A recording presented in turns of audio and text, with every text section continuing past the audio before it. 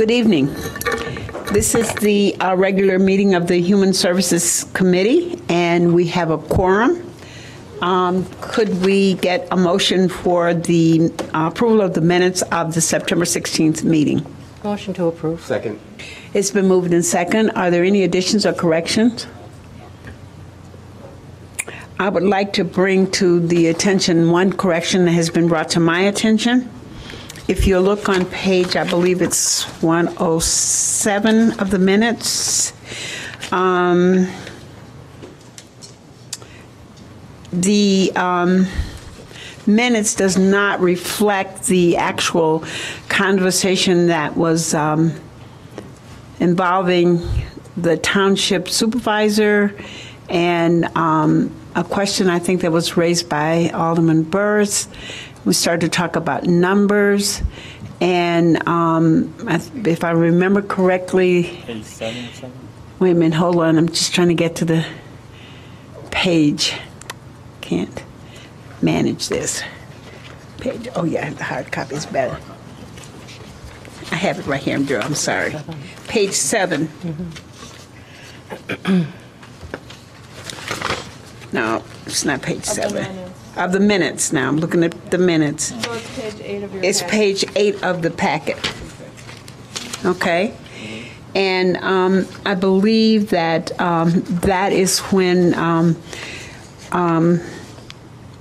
we had the township supervisor, I believe, requested the staff to come and give sort of the overview, and we began to talk about the numbers so that I think the staff in the past had just been reporting the numbers for the general assistance program, and we began to talk about the number of people that served by the township other than general assistance, and so that's not reflected here, and we just wanted to bring that to our attention and make sure that we can probably check with the tape and get some of that for correction for the next meeting.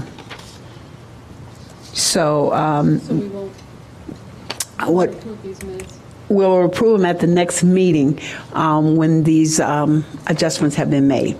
Okay? So, Madam Chair, members of the committee, Joe McRae, Deputy City Manager. So, would that be a motion to hold until the next? And hold the minutes until the next meeting. Could I get a second on that? Second. Okay, it's been moved in second. All right. The first item on the agenda for consideration would be the review of the police complaints, and we had no complaints to review this month, but we did have some accommodations and some letters that had been sent in for our police department. Did anyone have any comments on that? No? Okay. The next item would be the update of the Harley Clock Mansion, and we have a number, I'm sorry. I wanted to speak on the police complaints. I'm sorry, yes, on number 1. I'm sorry. We do have one speaker for number 1, which is the police complaints, Ms. Esther. Thank you. My name is Betty Esther. I stay at 2031 Church Street. I looked at the package and I saw where most of the complaints was done in-house. All of the complaints, didn't understand why they was not sent to either one or both committee. We have 2 civilian committee. One of them is CPAC, which was supposed to be reviewing all of the complaint, and that was put in when it was put in place back in 2008. And I also have one question. In one of the the complaint was racial profile, and that one would like to know why it did not go to the committee for them to review.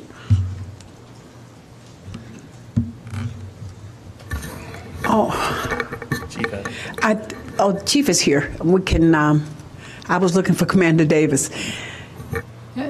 I think Ms. Esther's looking at page 12 of our packet. I'm not sure what page it's on. You can, please. I am uncertain what complaint Ms. Esther is speaking of specifically, but all complaints go through the cycle of both standing the review. So there may be complaints that have not gone through the entire cycle of review yet, but we handle everyone the same way. There's not a differentiation of what goes, what doesn't go. One of the changes that has been made is that we review all complaints in all the same way. So it may not have been through the system yet, but it's going to be reviewed the same way. No, that one, but that one was reviewed and there was a decision. I don't remember what the final outcome was, because at the first page you have those that are pending, and on the next page they are supposed to have went through the review.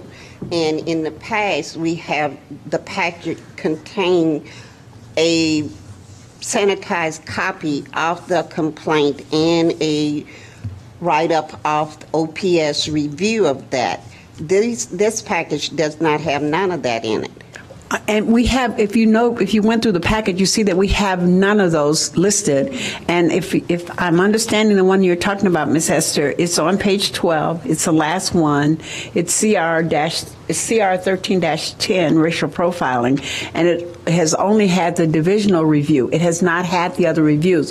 When it's completed that cycle, then it will come before this committee. Am I not correct, Chief? Correct, Chairman. So that if you go over to the status, look at the status, and it tells you that it's the divisional review only there. So so am I understanding this is a change in the way you have been presenting them before? Now we are going to get those that these are at every stage of the complaint. You will be giving that to the Human Service Committee? No, I think we're managing to confuse each other rather well. Yes, you are. No, we're not good at change. We're doing it the same way we always do it. So it's just, there's an internal police review. Once it comes to my office and it's signed off on, then both committees review it. In this status check, it has not come to my office yet for a decision. Once my decision is on it, it goes to both the committees to review, and then it will come to this body. Right, I understand that. We both agree on that.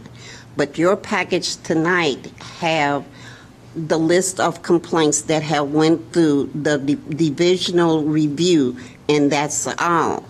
And before, every month, if you go back and look at every package, this is the first time this has been that way. Before, they only come to this committee when they have completed the complete cycle, meaning the division go to you, then to committee, and there's a decision made. Then it comes to the committee. Now there is something that you're changing. You're bringing it forth when they come to the division review. Then you're giving that to the committee. That's what happened this time. So if you look at the packet, yes, it is. It just says pending complaints and departmental inquiries. And it's effective 8/26/13, so maybe. And I think part of the confusion, Madam Chairman, is that you have no finalized complaints to look at this evening. Absolutely. And so we're giving you an update on the pending process, but you're going to see it the way you've always seen it when the complaints get here. So you're changing it and giving an update on pending one, then the final. Thank you.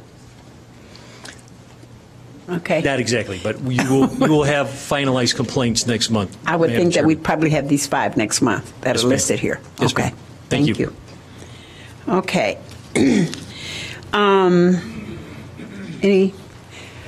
Make sure I can see the lights. Moving on then to Harley Clark, that's HH2. And we have a number of people that have signed up to speak. And I will, because there are so many people who've signed up, we're going to ask you to try to do it in a couple of minutes so that we can give everybody a chance. I don't know if there's speakers, and there's also a presentation, I believe, from the staff, if we wanted to do the presentation first and then have the speakers, or if you want the speakers first. can we have this presentation first, and then we'll go to the speakers. Thank you, Madam Chair and committee members. We do not have a PowerPoint presentation, so if that's what you were referring to, myself and Tess Lickerman, our board president, would just like to speak. That essentially is our presentation, if that's all right? Mm-hmm. Okay.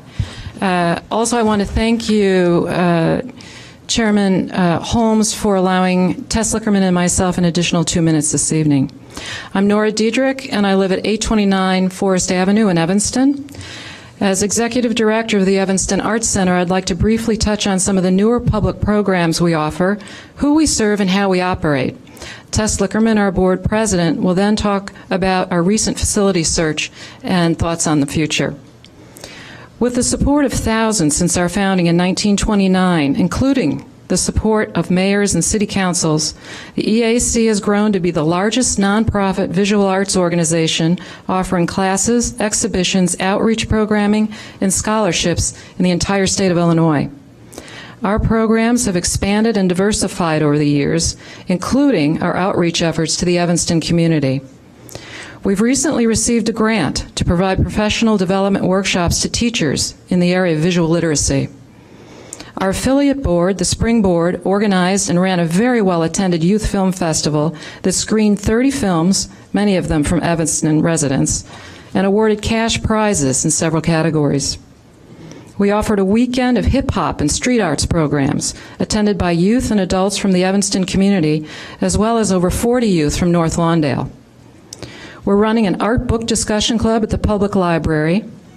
Last winter, our Director of Education initiated a collaboration with Tim Rhodes and the Fleetwood Jourdain Community Center, and together they programmed a Martin Luther King Day presentation and discussion. And they're looking forward to next year doing the same program and hopefully enlarging it. Not only are these public programs free and attended by Evanston residents, they are programs no other arts center in this area is providing. There's only one community art school in the state that offers art classes to individuals of all ages and levels of experience in over 15 different disciplines. We have the only metal sculpture studio in the area.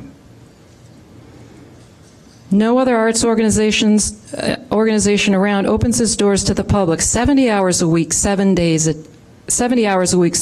week. We've offered students the opportunity to work with accomplished teaching artists and exhibited the artworks of internationally celebrated artists represented in the permanent collections of major art museums across the country. Anyone can come into our galleries to view museum-quality works and use our interpretive materials to learn. Each year, our classes, workshops, and programs result in 6,000 registrations. Over 2,100 individual students depend on us for their art education every year. Over 250 artists depend on us for exhibiting their work. More than 65 teaching artists rely on us for their income. Our volunteers and interns gain valuable work experience and job references. Evanston's Blix and Goods depend on us and our students for over $250,000 a year in retail revenue. And individuals from over 80 zip codes come to this art center for services they can't find in their own towns. The Art Center is a mission-driven, nonprofit 501c3. Last year, we spent over $1 million on operating expenses, 75% of which was spent on programming, while only 10% spent on admin. Our occupancy costs run close to $100,000 a year, with over $50,000 spent on 2603 Sheridan Road and over $45,000 spent on rent at the Noise facility, where we run 3 studios from the lower level. We spend $21,000 on scholarships, class discounts to Evanston residents, and community outreach, and nearly $20,000 on repairs and maintenance annually. And we manage this entire operation with 4 full-time people and 2 part-time employees, plus 4 receptionists. Over the years, the Evanston Arts Center has powerfully impacted and transformed many of the lives of countless Evanston residents. And I challenge anyone to put a monetary value on all the ways we give back to this community. What is a child's self-esteem, development of creative skills, and visual intelligence worth anyway? We want to offer more. From mom and tot classes and art therapy to an art van that travels to different neighborhoods for pop-up art activities, to iPad classes and a design department. Plans for these offerings are already in the works. In one respect anyway, 2013 looks a lot like 1929. The arts still feed the soul of this community, and the Evanston Art Center still plays a major role in this effort. Thank you for your time. Thank you.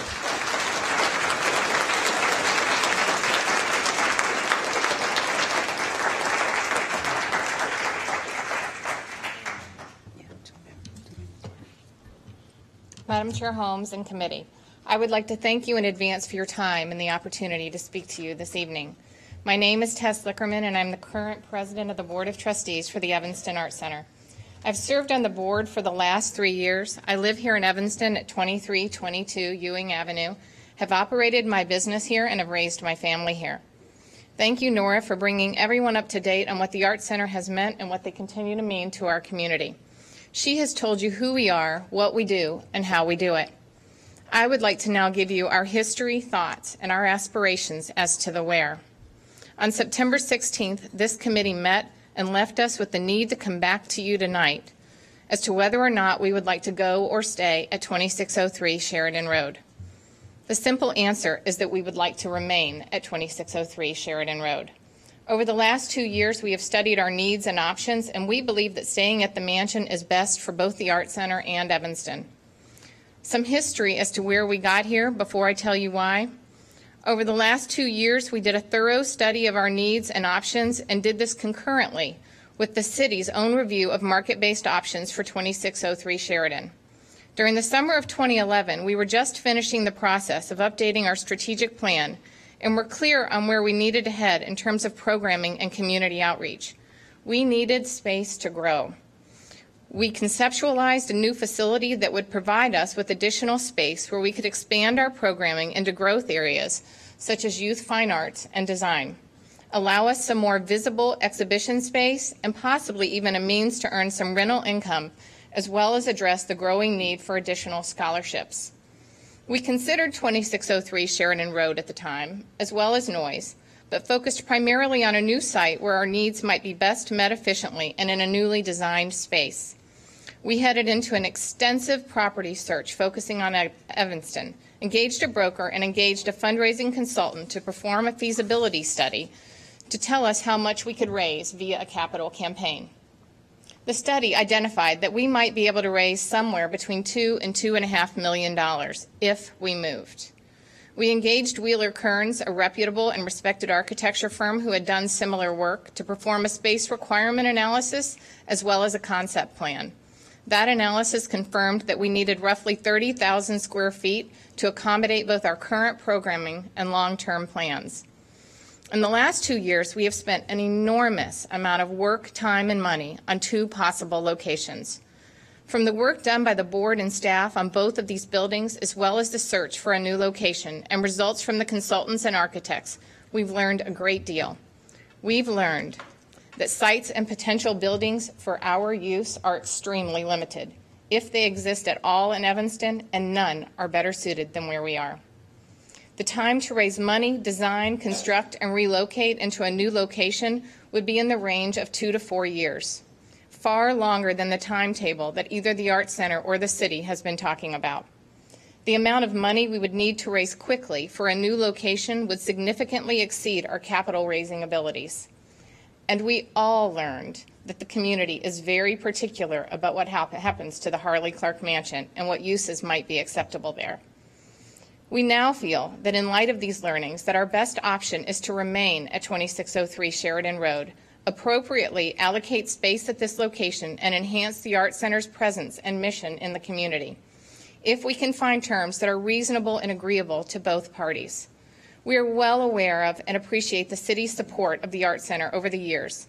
The city's support under the previous lease has helped us to keep our costs low, our class pricing competitive, and allowed us to offer more to the community in the form of ambitious and important programming. We are also aware of the city's desire to move away from financial responsibility and liability for the aged building.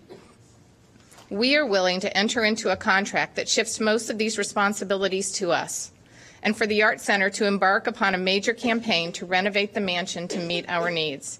We in the city are both keenly aware that there is a lot of work to be done to the building. We are willing to invest in the site, but for an organization of our size and limited financial means, we cannot currently afford to put money into a building that we won't be calling home. We need to operate smartly here. We need to survive and offer our students a safe place to continue to produce the quality work they have been able to through our programming and our facilities. So, this is where we are and our proposed way forward. It took a great deal of work and time to get here. We now need to focus on fundraising efforts, on ways to raise the money to both save this spectacular building we currently reside in and make our visions of an amazing arts facility offering new and interesting disciplines a reality. We can launch a very focused campaign with a clear vision and reach out to more partners than our feasibility study told us we could when moving was our objective. We can renovate this building and partner with the concerned citizens of Evanston in order to best utilize the building and the land. We could do this and continue to operate. We are asking for a minimum of 60 days to establish the parameters satisfactory to the EAC and the city that will enable the continuing tenancy of 2603 Sheridan Road. It would give us the time to review all available reports, determine in partnership with the city the essential improvements, the costs of those, and a timeline by which they could be completed. We need a home, and we think we're in it.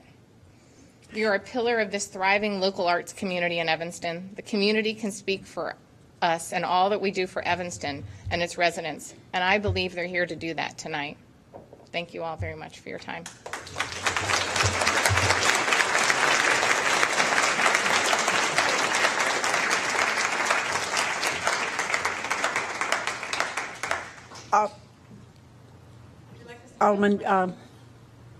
Alderman Fisk.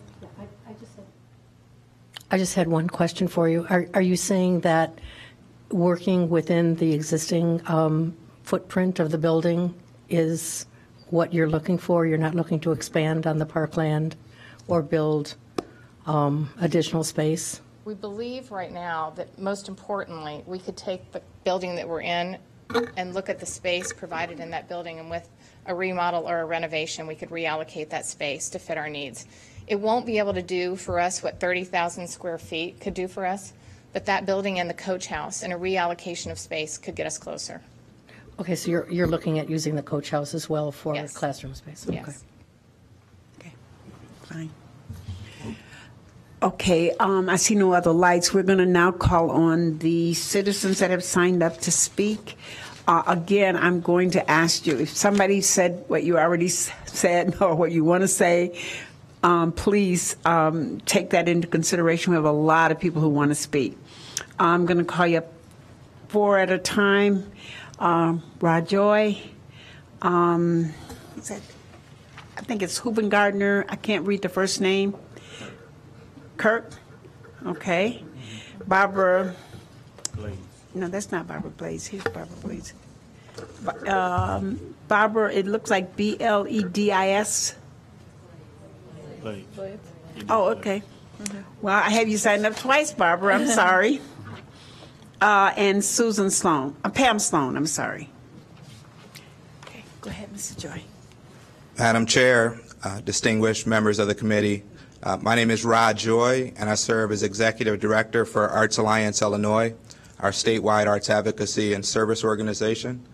The primary charge of the Arts Alliance is to elevate the presence and importance of the arts within the state and raise awareness about the contributions that artists and cultural organizations make to the social, economic, and educational growth and vitality of Illinois. On behalf of our statewide network of thousands of artists and art supporters and hundreds of cultural organizations, I'm pleased to be here tonight to say a few words about the future of the Harley Clark Mansion and the Evanston Arts Center. You've heard some important information about the Evanston Arts Center. And above all, we want EAC to not just survive, but thrive. The center is one of the oldest and largest visual arts centers in the entire state. For over 80 years, the Evanston Arts Center has been providing individuals of all ages and all walks of life meaningful opportunities to experience and participate in the arts. I think it's interesting that as a backdrop to this conversation, over the last few months, the City of Evanston, in partnership with the Evanston Community Foundation, has been having a conversation about a roadmap for the arts in Evanston. You've engaged residents about the role of the arts in educating our children, creating jobs, attracting visitors, and strengthening the vitality of our city. This is an ideal time for the City of Evanston to deepen its investment in its cultural assets.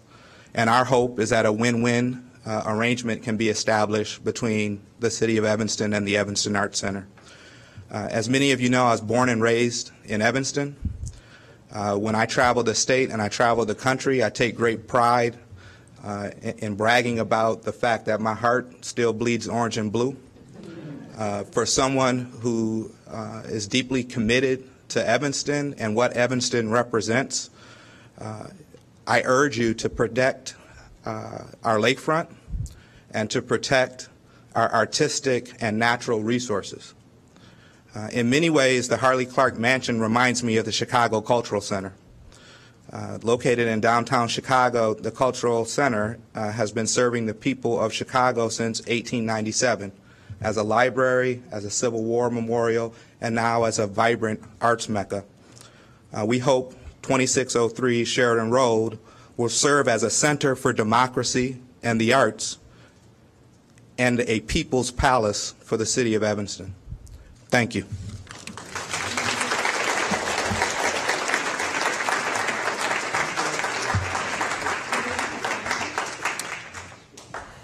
Good evening, Chairman and Alderman. I feel humbled to be before you tonight, and I first of all want to thank you for your service and tell you that I'm confident that at the end of the day you will make decisions that will be the best for our community regarding the Harley Clark Mansion.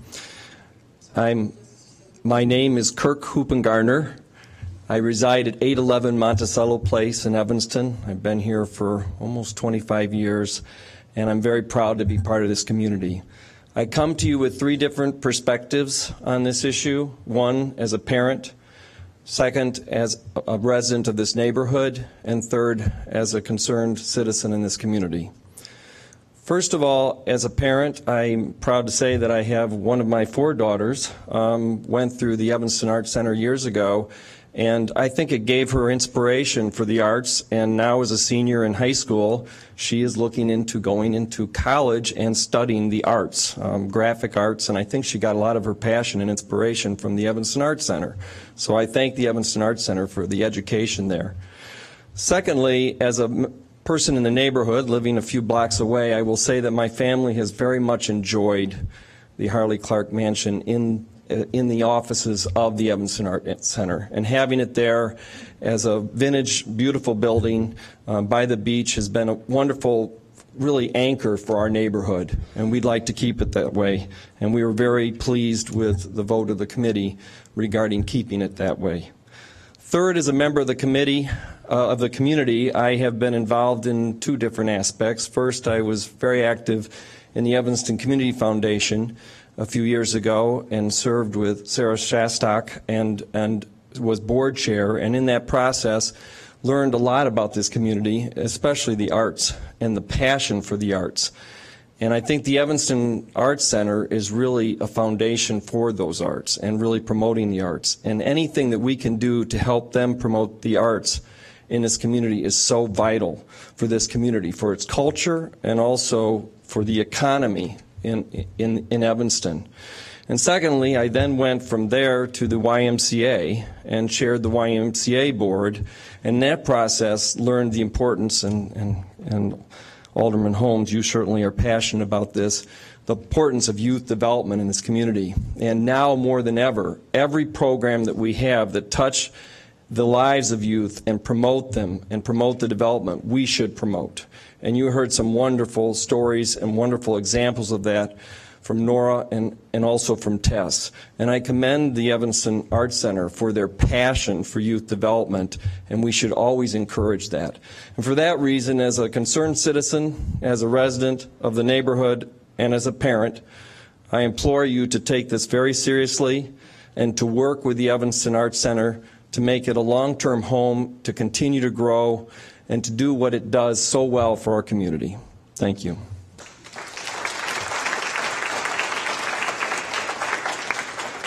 Barbara?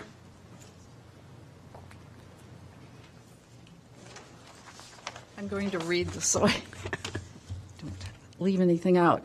Alderman Holmes and committee members, I'm Barbara Blades, and I live at 2111 Maple down the block. And Alderman Holmes and I first met when I founded the Outreach program at the Evanston Arts Center.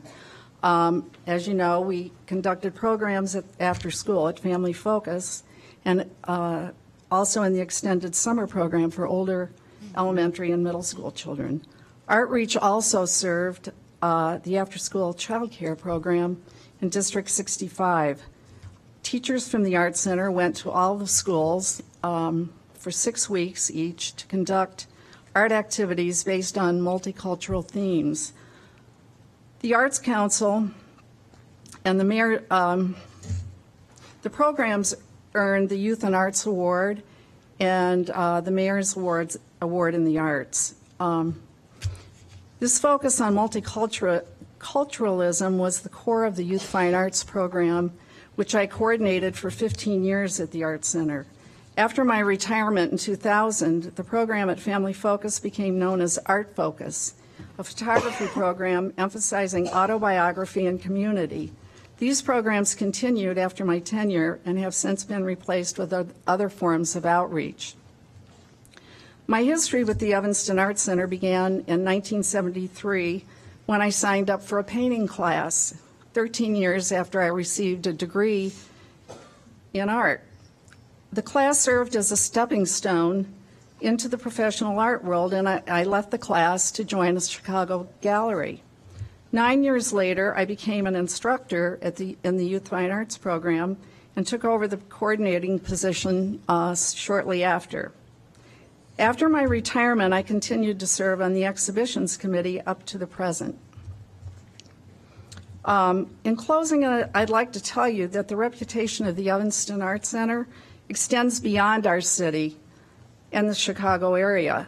In my travels to diverse places, the Evanston Arts Center is highly regarded by other arts organizations that I've been in contact with. And that's all. Thank you.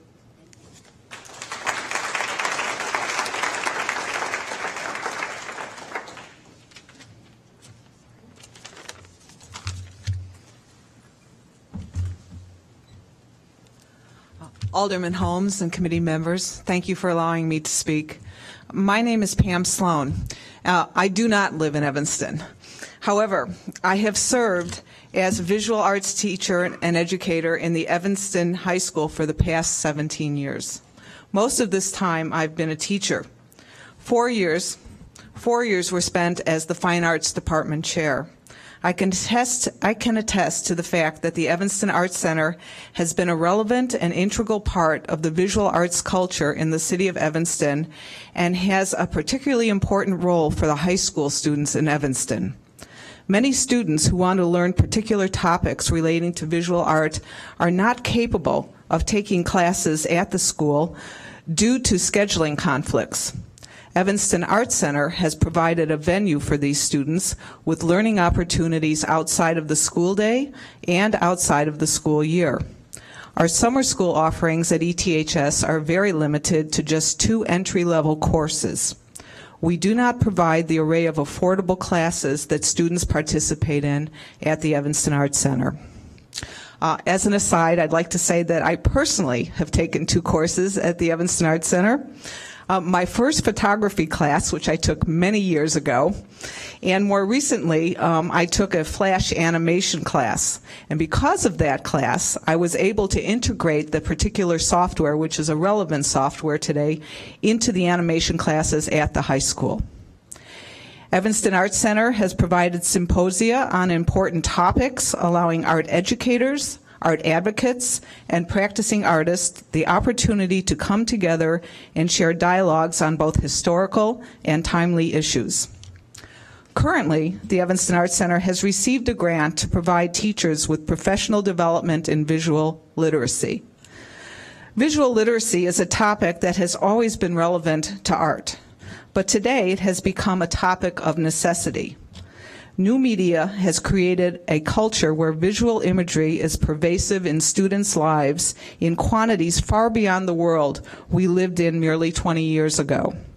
Being able to read is not dedicated to the written language alone, but also to the visual language. When I was in high school, I did not know what a font was.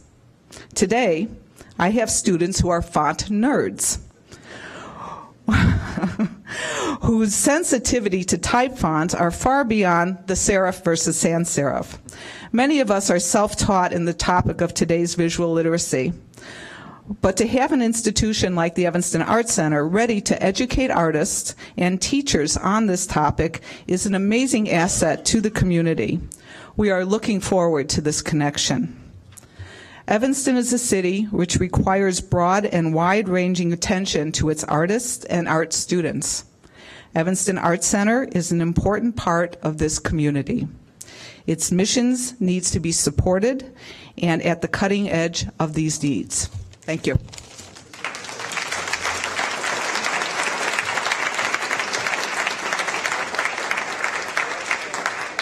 Okay, your next speakers are Dorothy Marks, Jane Carnes, Amy Woodsburg, I believe it is, and James McHolland. And I'm going to say again, if somebody's already said what you wanted to say, please, we have lots and lots of speakers to go. I'll be as brief as I can. I'm Dorothy Marks. It's a pleasure to be here. Thank you. I live at 585 Ingleside Place. I'll say that I grew up here in Evanston. It's a community that inspires creativity. My parents settled us here because it was a home for artists, and I grew up thinking that photographers, painters, and poets were a regular kind of neighbors. And I raised my kids here with the same hope, and to a large measure that's been true. Evanston is an incubator for art, from the Evanston Arts Center, the Noyes Cultural Arts Center, the young Evanston artists, not regular for-profit galleries, and on and on. My contribution as a board member at the Evanston Arts Center for about 8 years was always to foster those goals. And without our arty edge, we're not utilizing our best resources. It seems to me a notice that the huge outpouring of support for the Art Center at the Clark Harley Mansion is proof that this treasure really needs to stay right where it is.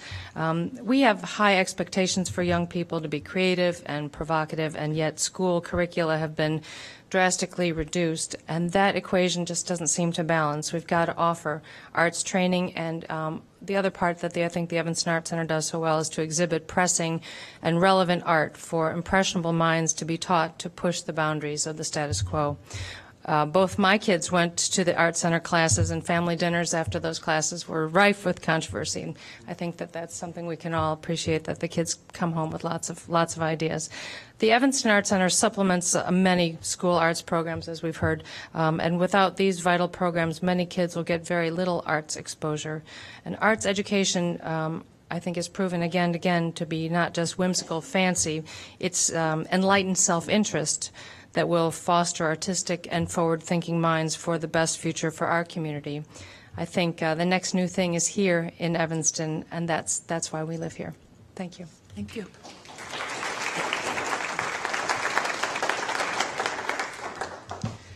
Good evening, Chairperson Holmes and Board. It's okay. My name is Jane Carney. I have a studio. I'm a working artist and arts educator. I have a studio in the 708 Church Building in Evanston. And I'd just like to speak both as a practicing artist and an educator. I agree with everything Pam said earlier. My relationship with the Evanston Arts Center started about 30 years ago when I came up from the city, looking for a place to continue my artistic practice. I was benefited from an amazing group of teachers at the Art Center, many of them I see here tonight, which helped me to continue to grow.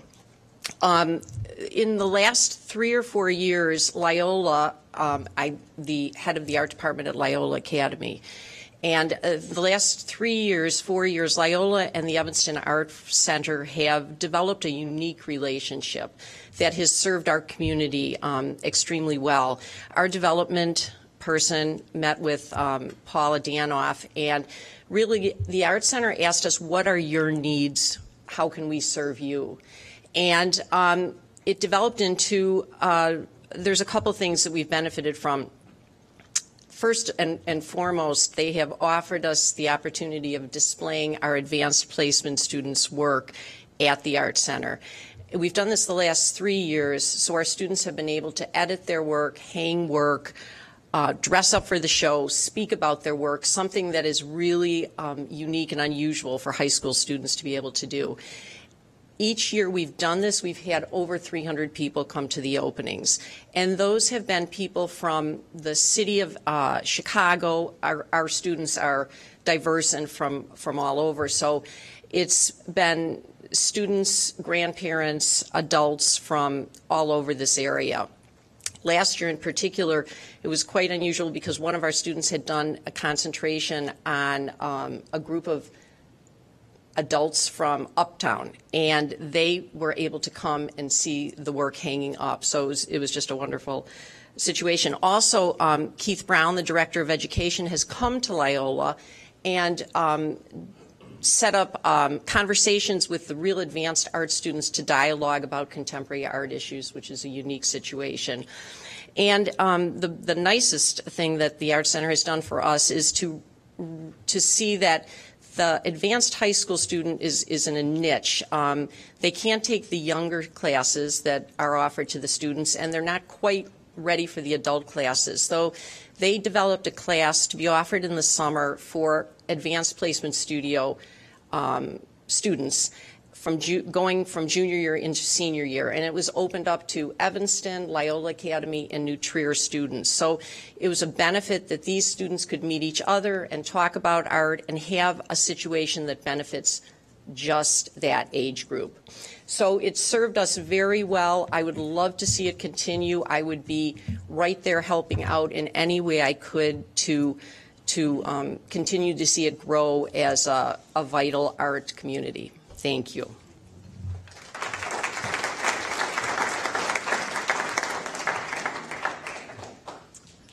Good evening, Madam Chair and committee members, and I thank you, and I thank Nora Diedrich for asking me to participate. It is an honor and a privilege.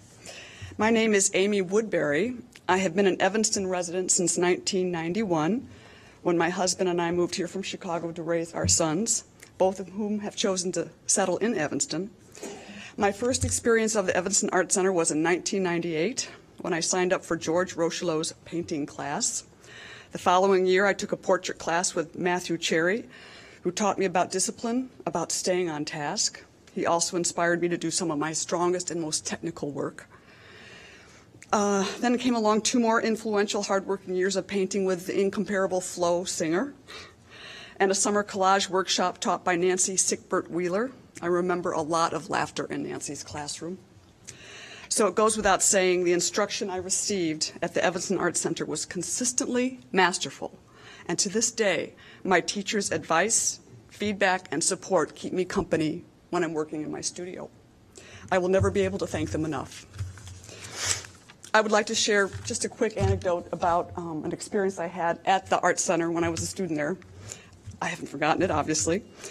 I was in Flo's class. It was on the 3rd floor, that glorious 3rd floor, and I needed to take a break from my work, so I stepped out onto the fire escape where I could appreciate up close the texture and the myriad colors of the copper patina of those amazing downspouts and gutters of the Art Center building. They're gorgeous. Then I turned so as to be able to take in the glorious view of the lake and the sand dunes and the totally unexpected sight of multiple swaths of crimson red gowns suspended so as to catch the serendipitous gusts of wind. It was the Art Center's site-specific piece for all to see and enjoy, and I remember thinking to myself, I get to make art here in this remarkable nature in all its glorious abundance of a setting. I felt a life-affirming sense of awe and respect. I also felt respected. It was a profoundly resonant experience, and in retrospect, I interpret it as a visual lesson in how to open up oneself to being a better, more compassionate human being. This one and only Evanston Art Center was my launching pad. Today, I am a full-time, professional, income-producing artist, living and working here in Evanston, a town that is home to many working artists, art students, and art lovers. And why are we here? Because this is a community with a strong, vital, and art-infused presence, of which the Evanston Art Center, situated on this great lake, is exactly that, a center for art. To the staff and board of trustees of the Evanston Art Center, I thank you from the bottom of my heart. Madam Chair, committee members, thank you. Good night.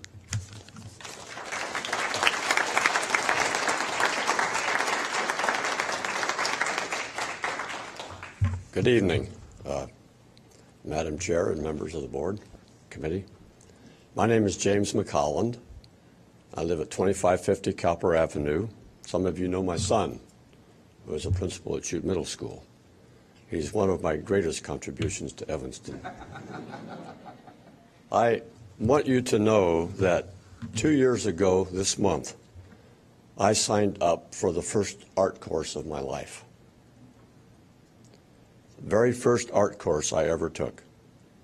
I did it with the encouragement of my wife after having watched 3 or 4 years of plein air painting in Door County in the summertime on our vacations. And I was scared to death. I was scared to death. I thought, how will I ever do anything? How will I draw anything? I've never done this before. I was in my 70s. I'm still in my 70s. So I lived through the last 2 years.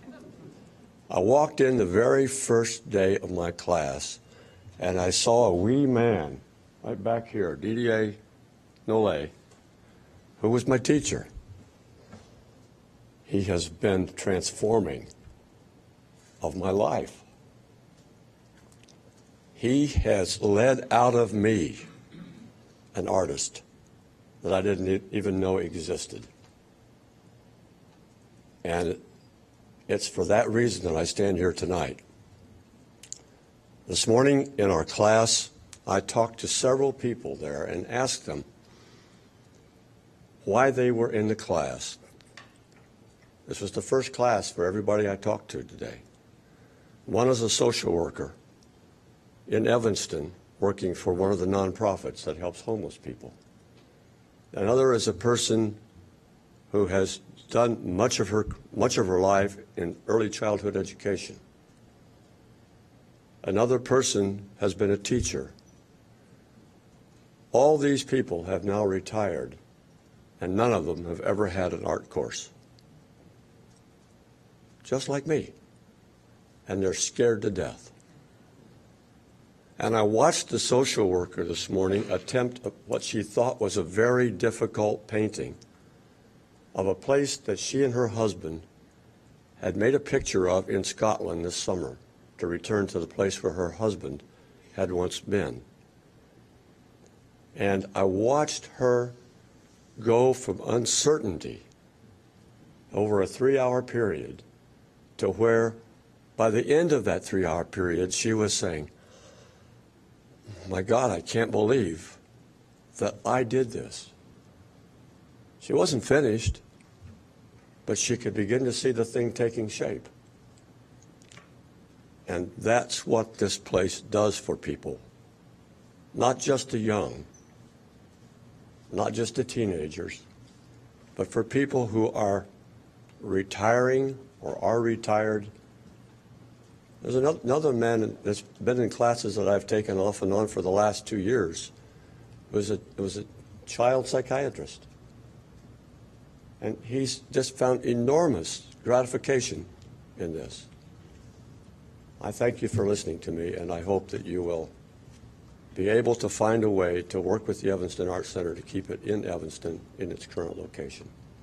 Thank you very much.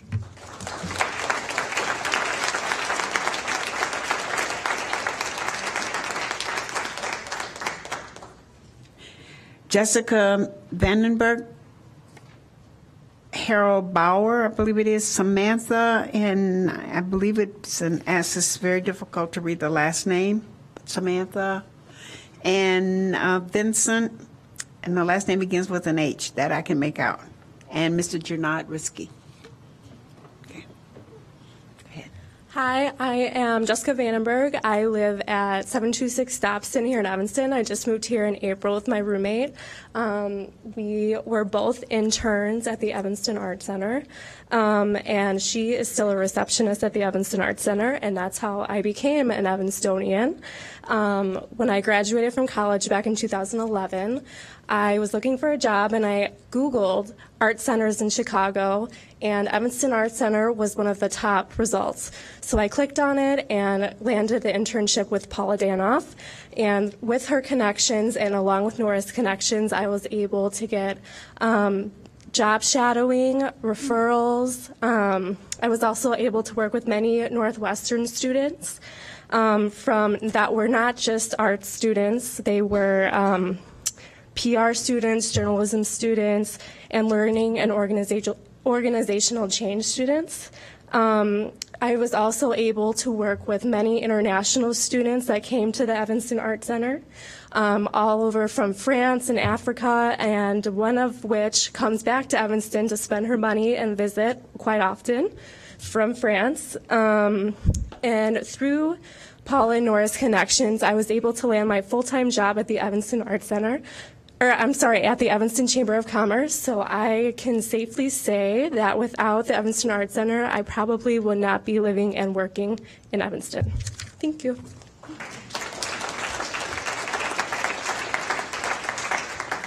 Good evening, Alderman Holmes and members of the Human Services Committee. My name is Harold Bauer. I live at 1215 Greenwood Street in Evanston's 4th Ward. My professional life of some 50 years was in the music world as a conductor of symphony and opera, and in this capacity I resided in several communities in the United States and beyond. But for me there was always a second passion, and that was for art and painting. And so I never missed an opportunity to become involved as a student in whatever art center was nearby. I got to know many of them, some better than others, but I stand here to tell you that none could begin to compare to the Evanston Art Center. When I retired and returned to Evanston to live, I naturally explored the Evanston Art Center and registered for classes. I was amazed at the quality of instruction, at the variety of art disciplines offered, and more at the community service and outreach offered by this art center. In your very responsible positions as civil servants, I urge you to think of 2603 Sheridan Road not as the Harley Clark Mansion, not as the Sigma Chi Fraternity House. 2603 Sheridan is the Evanston Art Center, an 85-year-old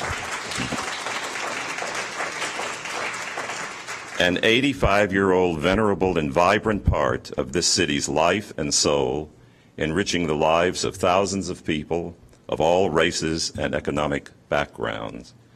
And we hope to work with you in developing a sustainable plan for remaining where we are. Every cultural organization and every city struggles for money and support. We realize that the future will require more from all of us, and we're prepared to address the needs of the future. Evanston is known as an arts-friendly community. The Evanston Art Center stands as one of the preeminent arts organizations, not only here in Evanston, but in the entire Chicago region. I trust you will appreciate its value and join with us in forging a secure future. Thank you.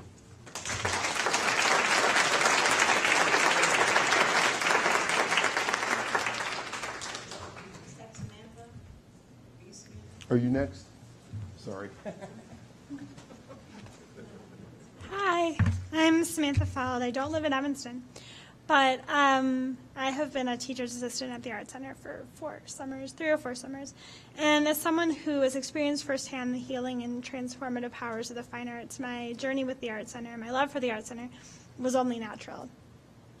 I started off as an arts administration intern with Paula and then became a teacher's assistant that summer. TAs are paid high school and college students who help camp run smoothly, all the summer camps, and they help implement all the art projects. So through my time at the Art Center, I've gotten the most amazing mentors who I look up to tremendously, and incredible work experience. For the past 3 summers, I've spent my days helping the most inspiring kids grow creatively, making plaster bumblebees, miniature towns out of paper, and sculptures out of found objects. As an artist myself, I left every day feeling deeply inspired by these young artists. I can't imagine a world without these creative thinkers, and from my experiences at the Art Center, I've seen firsthand how art can make a huge difference in these kids' lives. And the Art Center as a whole is an irreplaceable beacon of light for this entire community. Creativity as a whole plays a huge role in a person's overall health and happiness, and creativity is not limited to artistic and musical expression, but is also essential for science and math, and even social and emotional intelligence and health. When these kids are being creative, it allows them the freedom to commit themselves to something entirely and make something completely their own. It allows kids the opportunity to try new ideas and new ways of problem solving. And each summer camp allows kids to explore and experiment in their own unique way, playing with new materials, and it's really fun to see their unique perspective grow when they're playing with new materials. Something I love about helping kids make art is that often when adults put pencil to paper, they have a specific end in mind, but the kids are just happy playing with the materials. I spent a lot of time this summer asking kids what they thought art was, and later compiled this into a video, but most of the responses involve the fact that art helped them express themselves and express their emotions and get their emotions out. And this made it clear to me that art makes a huge difference in these kids' lives, and the Art Center is deeply dedicated to this self-expression and creativity. Thank you.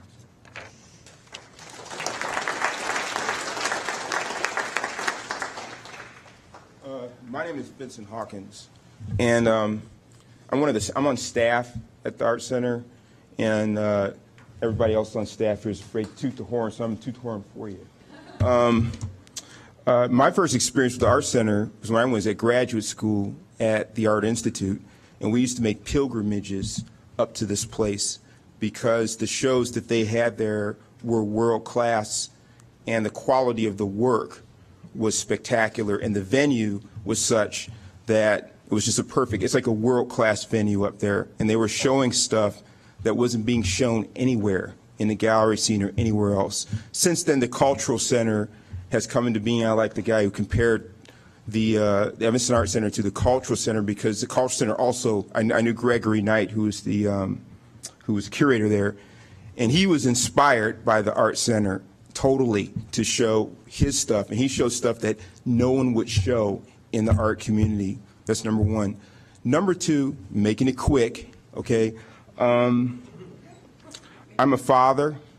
I'm on staff. I've been on staff at the Art Center for 20 years. I'm still the new guy. And it shows you how long this place has been around. And I run a small art center myself, and this is what I'm going to say about this place. You have the most qualified, professional instructors that when I was in school were at university level. Currently, they're beyond that level, teaching classes that nobody else is teaching now. Because universities have cut back on the vocational element, the technical element of classes. So we have instructors taking classes to perfect their painting skill or sculpture skill, and students, like in getting to my daughter. My daughter goes to the Arts High School in Chicago. Only 3 schools that I will send her to on the interim summer to perfect her skills. Evanston Art Center is top of the list. She's been there about 3 times over the past few years. So the venue that you got there is a world-class venue, and it brings the attention. Well, also the other thing is the granting. Like the Evanston Art Center is one of the few places that gives grants to artists. It's one of the few granting not-for-profits in the city. Okay, so all those things put together, it's a gem in the crown of Evanston. It really is, culturally. Like, I lived in Evanston for about 6 years, and I was like coming in from Chicago, I said, so what's so special about Evanston? And this person told me, well, there ended up being a cultural mecca and arts center, blah, blah, blah. Oh, that's nice, Evanston Arts Center is the crown. It really is. It influences like all the art administrators that graduated from here. One of them went down to Hyde Park. I mean, it incubates artists. It incubates art administrators. It's a huge bonus to the community. I hope we keep it. On the lake.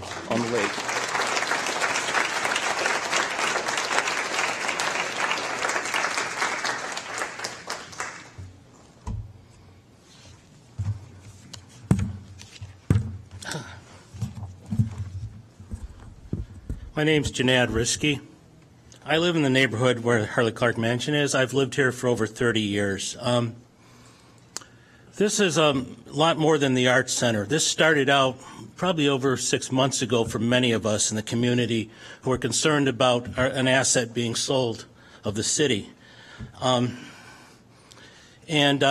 spent some time, I paint as a hobby. And I did a painting of Harley Clark, and I was speaking to someone here, and I said I would donate it to the city if 6 months ago we'd put this aside and not deal with what we dealt with and all the people in the community dealt with. I spent some time at Fountain Square Art Festival outside painting in front of the festival with a few signs of protest about selling the city's assets. I paint as a hobby, but I do sell my work when people continue to ask me to sell it. Sometimes I sell it, sometimes I don't. But it's a hobby. I don't do it for a living. It's time, though, that this council stop playing politics, really, with our parkland. I'm not really surprised the Evanston Arts Center wasn't going to move. That didn't surprise me. I filed over 10 Freedom of Information requests on this whole thing during that period of time and studied this pretty carefully. And I've looked at everything that's gone on here. And I realize the Arts Center probably cannot pay a market rate rent for the property. The market rate rent for 18,000 square feet, at least talking to some realtors, is between $200,000 and $300,000. And clearly the Arts Center would not be able to pay that, looking at its budget and what's going on here. So this city council is faced with the fact, will it subsidize the Evanston Arts Center or will it evict them? The immediate problem is this building has code violations, which cause an immediate danger to the public. I want to be clear, the city staff has developed those code violations. It's $170,000 in code violations. Whether those violations are real or not, or whether they pose a problem, depends who looks at them and whether staff is qualified. And I wouldn't believe that all may be actually code violations. And I say that because I am a licensed architect. I manage facilities, and I also have worked in structural engineering. I have degrees in that too. So I understand these things, and I don't necessarily would say the $170,000 exists. It may be less, but it is something significant. So the city has to figure out where that money's coming from to deal with the immediate problem at hand. And that's what the city needs to do. This council needs to know how it's going to deal with the immediate problem, because the immediate problem makes the building out of compliance. Some people may not understand that, but that is an issue. The city cannot ignore that, and it has to deal with it. The next issue the city has to address, and that's the fact the building is deteriorating and the building needs work. That's a capital long-range plan issue. The city there was a report prepared by Mr. Dave Cook, who was formerly on the staff of the city. He suggested about $400,000 in mid-2000 to fix the exterior of the building.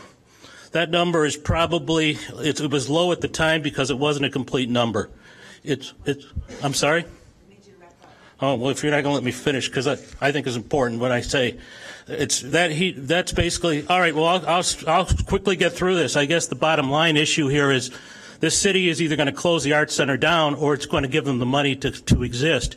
The people from the Arts Center should realize the city probably needs to come up with more money than the Arts Center even can possibly get, and that's $2 to $3 million. The city can bond for that at $250,000. And that's basically about 0.5% property tax increase. So people here should understand that. That's what we're talking about if the city wants to subsidize this completely. But there are other issues here, and I guess I'm going to be cut short. All right. Well, I'll close with this.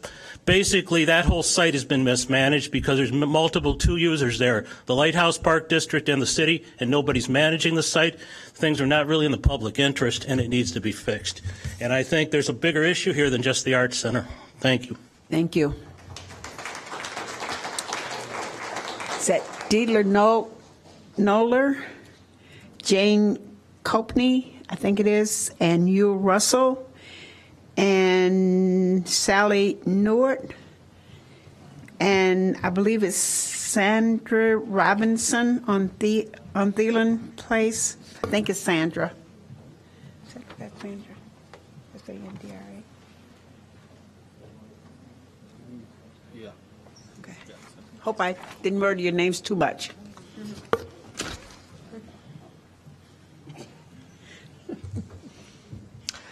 Alderman Holmes and members of the committee, my name is Didier Nollet. I'm an artist and an art instructor at the Evanston Art Center.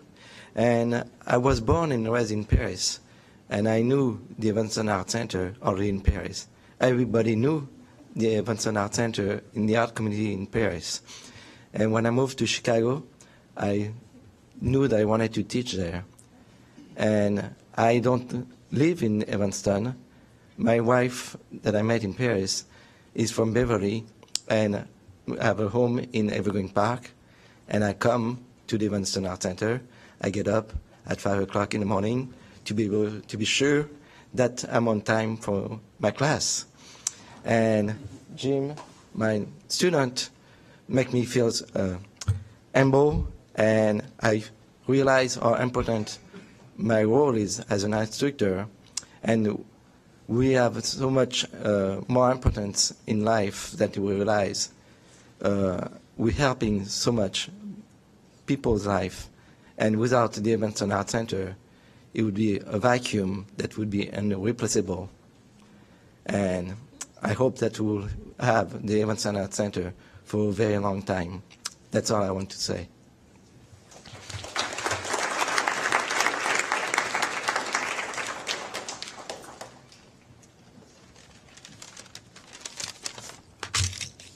Hello, my name is Evie Russell, and I live at 1724 Livingston Street. I've been a resident of Evanston for over 33 years. Before I start with my speech, I just wanted to say one brief comment about Mr. Rizki's comments, that number one, his study is not from the early 2000s, but it's 2010, so it's not that far off in terms of time, and that figures can easily be inflated at will. Okay, good evening. I'll refer to the Evanston Arts Center as EAC. EAC's role is manifold, both in Evanston and surrounding communities, as far as Park Ridge. Let's start with economics. Visual arts don't bring revenues based on ticket sales usually, but visual arts do contribute to Evanston's financial well-being. EAC patrons generate income at parking meters and food venues. EAC students and staff regularly shop for art and craft supplies and books at a long list of stores, which I'm not going to mention here. To justify the long drive to Evanston from Chicago or distant suburbs, patrons often combine their time at EAC with stops at Evanston stores and restaurants. Art enriches Evanston's more than economically. It provides for the spiritual and intellectual well-being of citizens. Art keeps EAC older students and artists nimble-minded. Usage of tools demands concentration and memory skills. Time magazine just published the correlation between the pursuit of art and a healthy longevity of spirit and body. Youth too profits from art. At EAC, they find that there is more to life than virtual pursuits, that using hand tools to make art, whether in ceramic, fiber, metal, wood, or paper, celebrates and expands the human spirit. Making art develops the young brain and calms fear and anxiety. Art provides a therapeutic role for kids often at a loss in search of an identity. The middle generation finds in EAC a refuge from the daily stress and humdrum. Artists of all ages can utilize EAC's specialized equipment unavailable in their own homes or studios. EAC provides a cordial communal atmosphere where productive exchange of ideas leads to artistic development. Finally, EAC brings prestige and respect to Evanston. Why do cities like Rome and Paris attract visitors? Is it sport, Food, or is it the visual arts? Block Museum mostly shows print art. Dittmer and the public library galleries are limited in scope.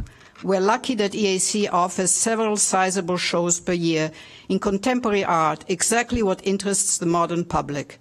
EAC artists promote Evanston through their own work. The sculptures on EAC front lawn on Sheridan Road are a sign for anyone from anywhere that Evanston celebrates a forward leap in culture and spirit. Evanston should continue to be known as a place where culture and spirit thrive. Support the arts, support the Evanston Arts Center. Raise your hands in support of EAIC.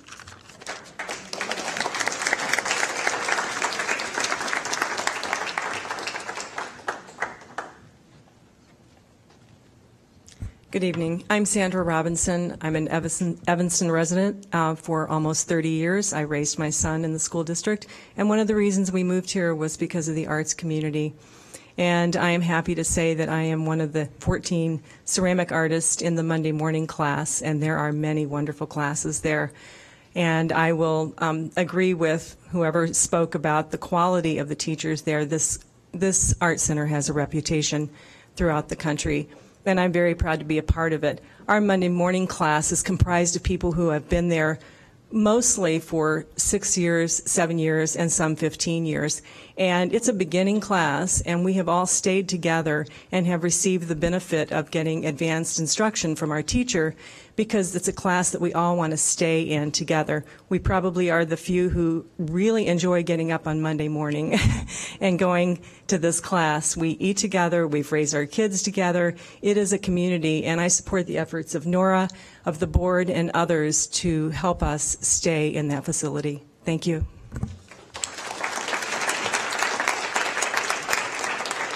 I just want to be sure before I go to the next page, Jane, and I believe it looks like Copney maybe, and Sally, and I believe it's N-E, it looks like Nevert. Newitt. They want to speak? I just want to make sure because they're signed up to speak. Okay, moving on. Blair Layton, Kate Copernell,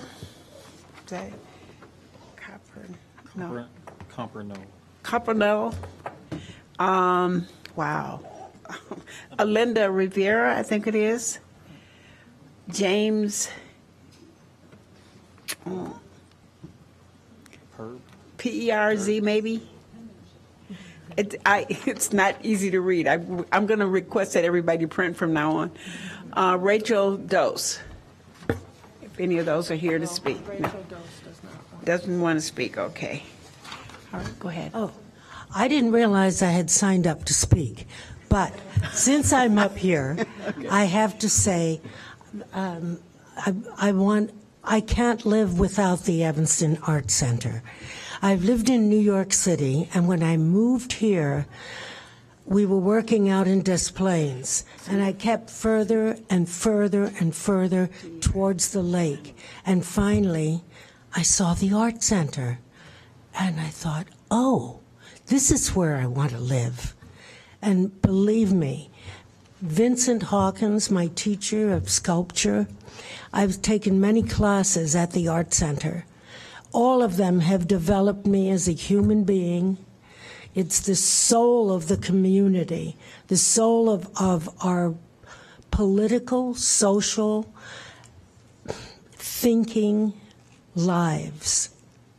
I don't know what it takes or how you manipulate the costs here, but there is an invaluable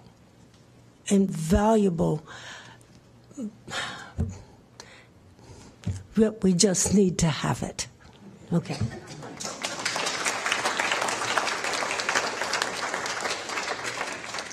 Okay, moving on.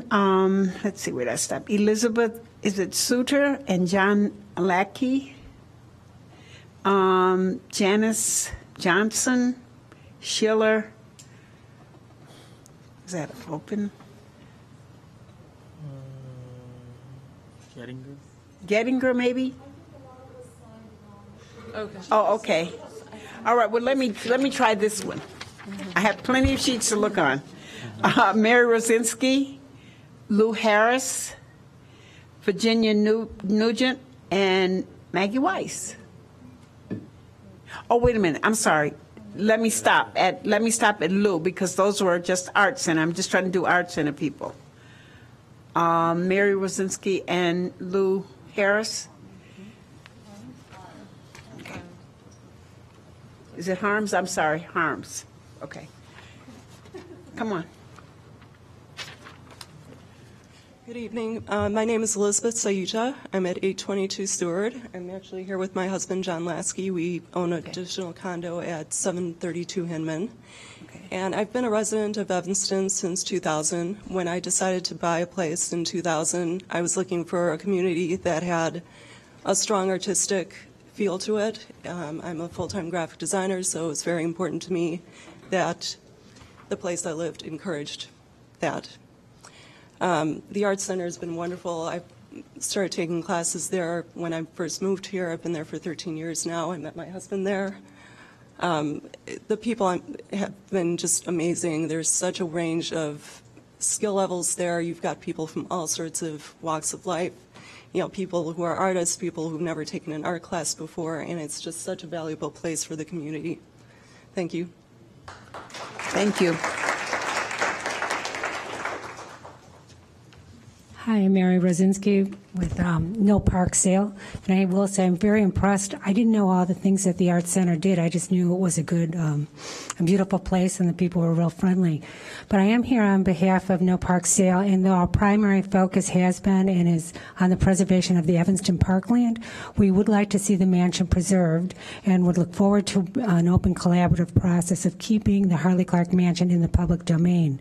Working with the Evanston Arts Center would achieve this objective because the Evanston Arts Center is a valuable and asset to our community, and it is a use that is compliant with the current zoning and the comprehensive plan.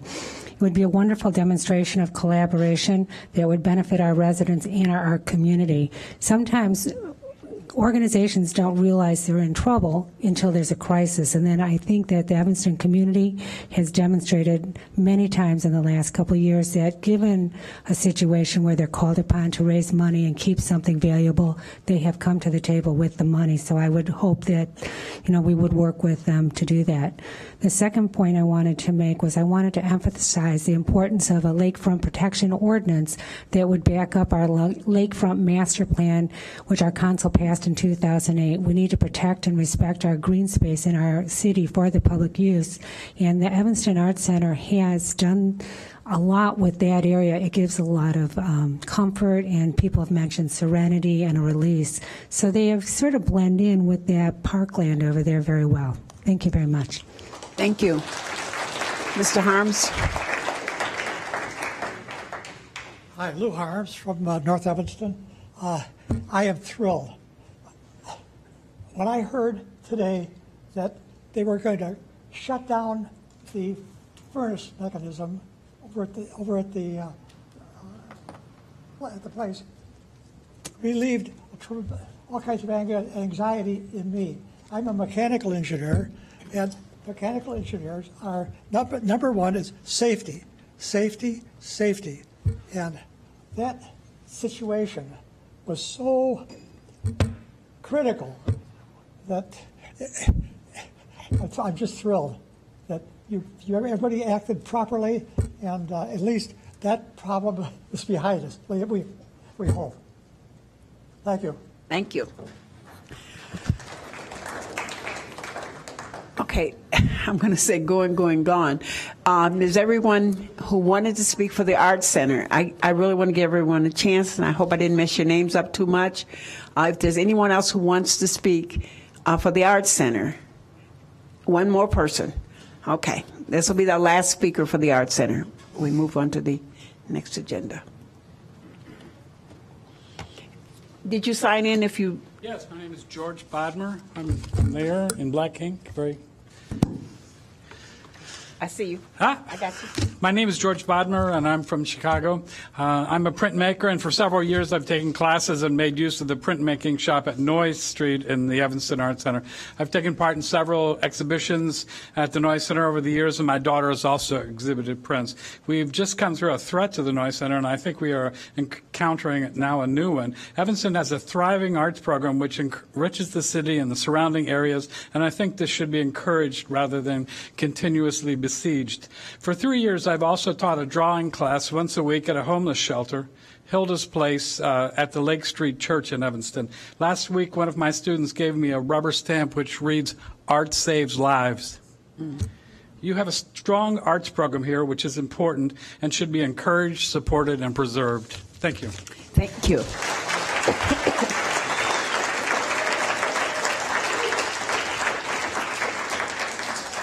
Okay, committee, that is the last speaker. Lights, Alderman Fisk. Thank you, Madam Chair. I'm assuming what we're being asked to do tonight is to give direction to the city manager? I believe so. Okay. Based upon the presentation made by the director and the board president in terms of their request as it appears in the memo in our packet. Okay. I think that's fine, and I would, I'm looking at page 39 of 106, the Evanston Arts Center request.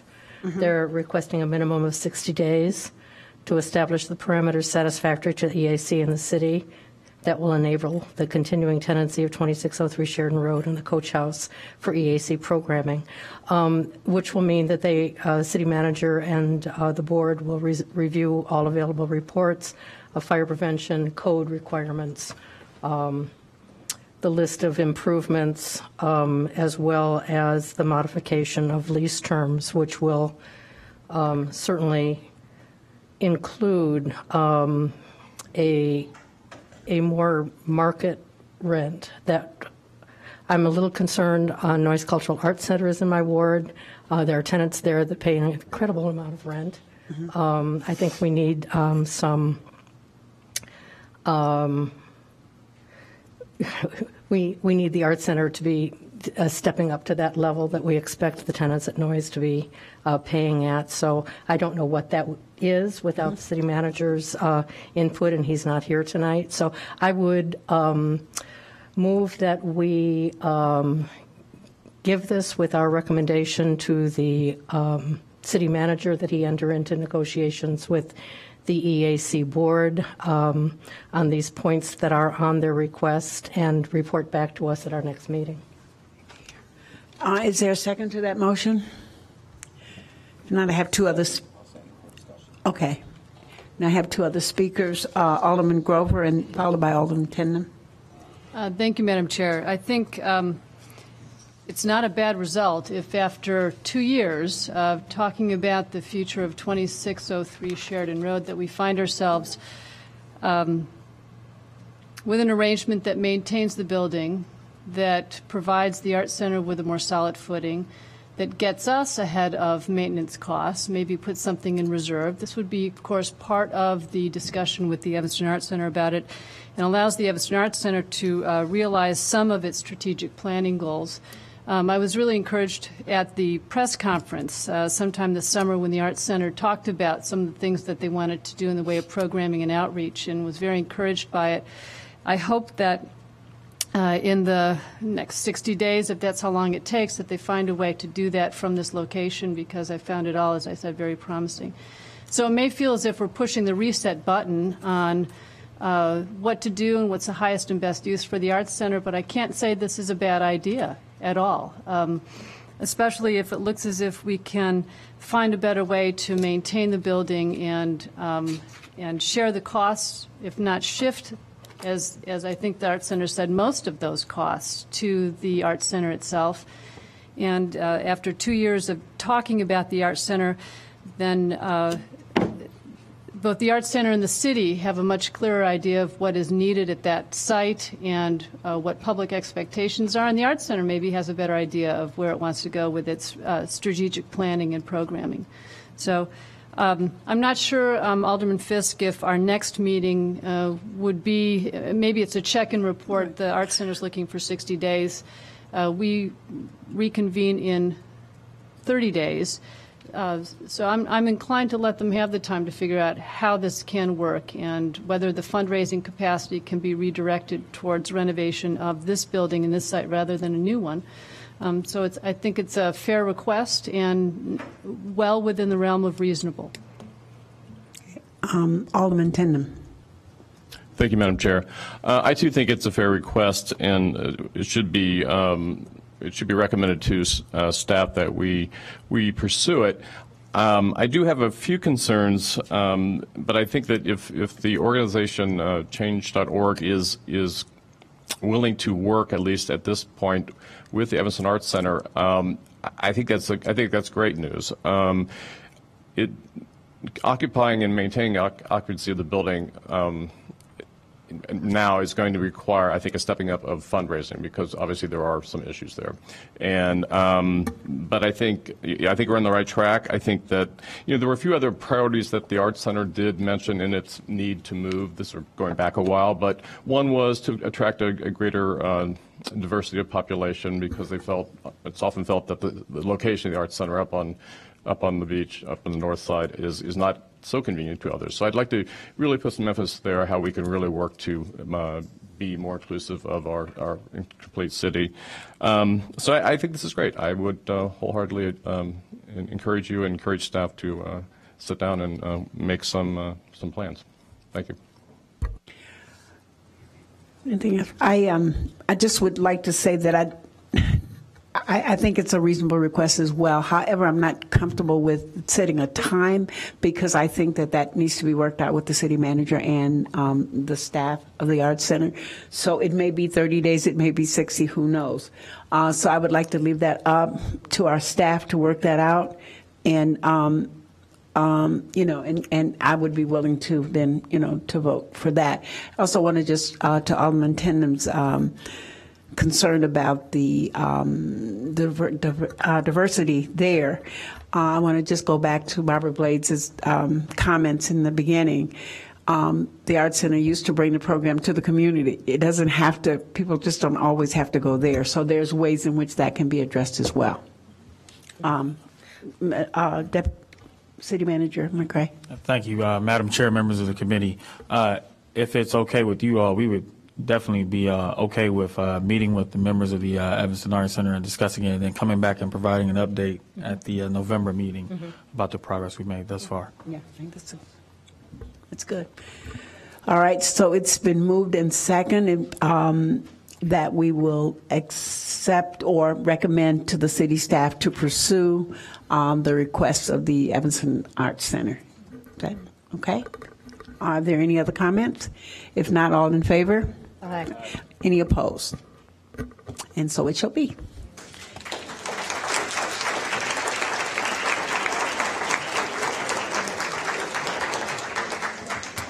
Thank you all. Moving on to HH3, which is, I'm going to ask, if you can move out quickly so that we have a long agenda still.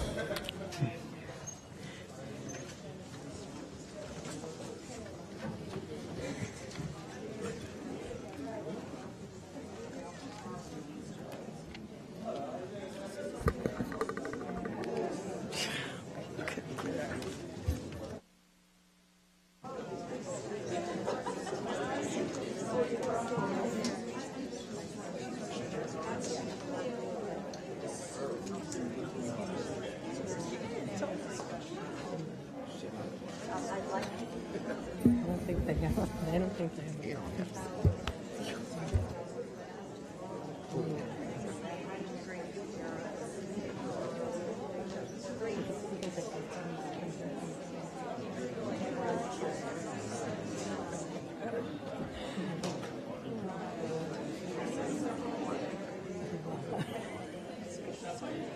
While we're waiting for our guests to leave so that we can get on to our next item, I'm just going to say thank you to our city manager and good night, Wally, or good morning, wherever you are. Yeah,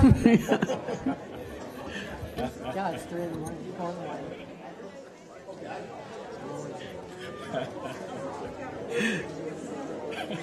Okay, we can move on to HH3, and I'm going to ask if one of our Mr. Brown, if you don't mind, would you get those doors for me? Thank you. Ordinance 1090-13, property maintenance revisions of hedge and shrub heights. And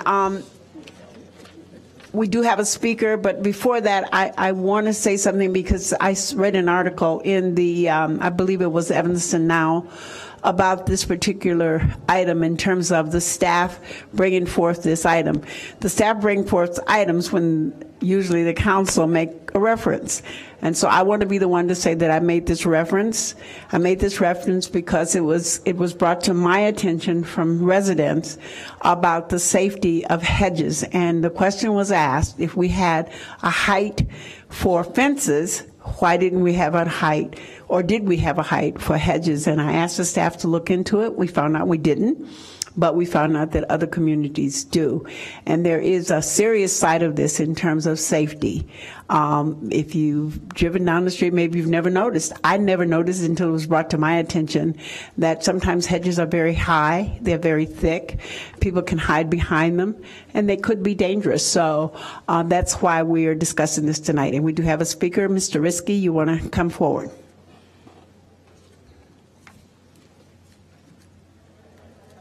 Thank you. Janad Risky. I read this ordinance, and the problem with this ordinance, basically it says in your front yard, you can't have a hedge over 6 feet high. You can't have a bush over 6 feet high. That's what the ordinance says.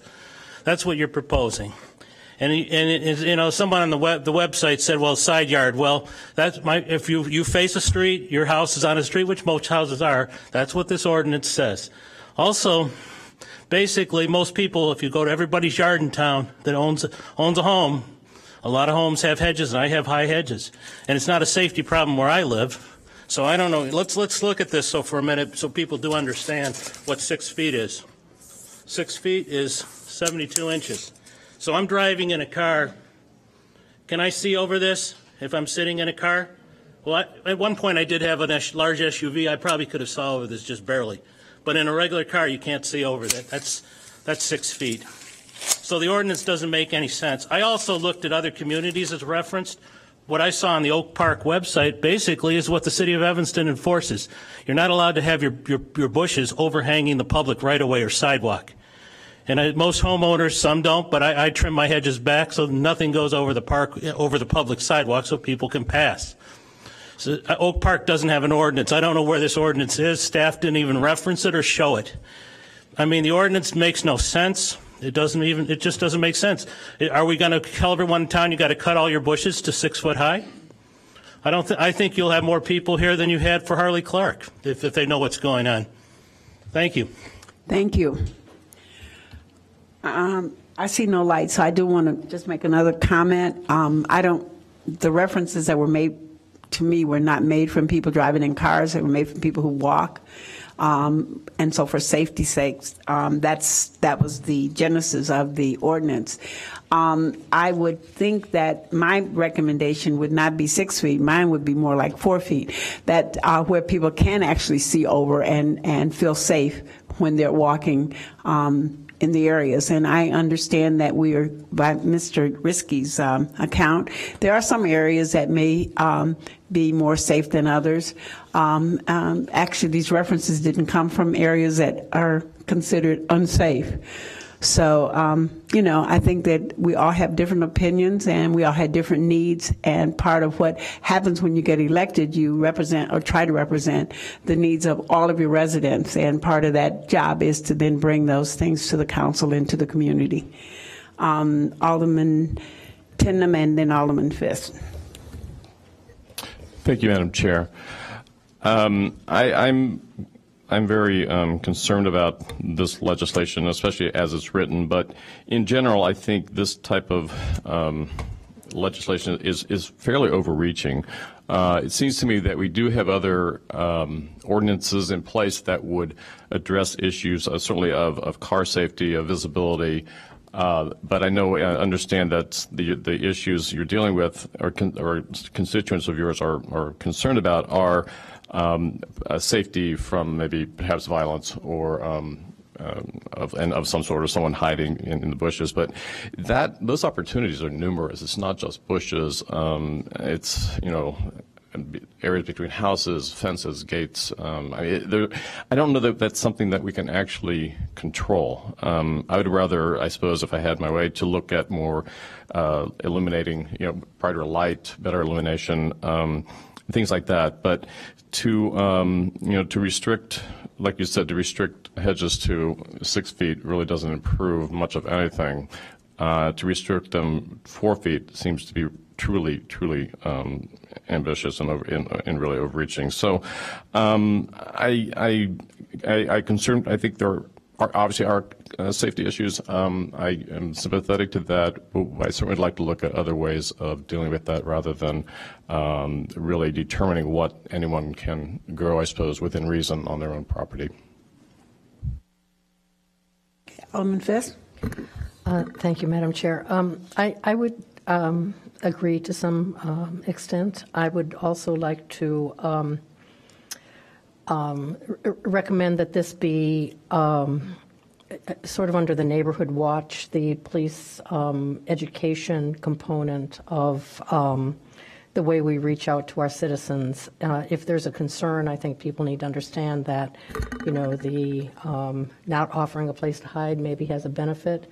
But I have not gotten a good response from any of my constituents in the First Ward about this. I've gotten a very strong negative response about this. It's not something that I can support right now, but I understand why it's being suggested, and I do think that it's up to us to point out to folks who share those concerns that there are steps that they can take in managing their landscaping to eliminate the possibility of problem areas.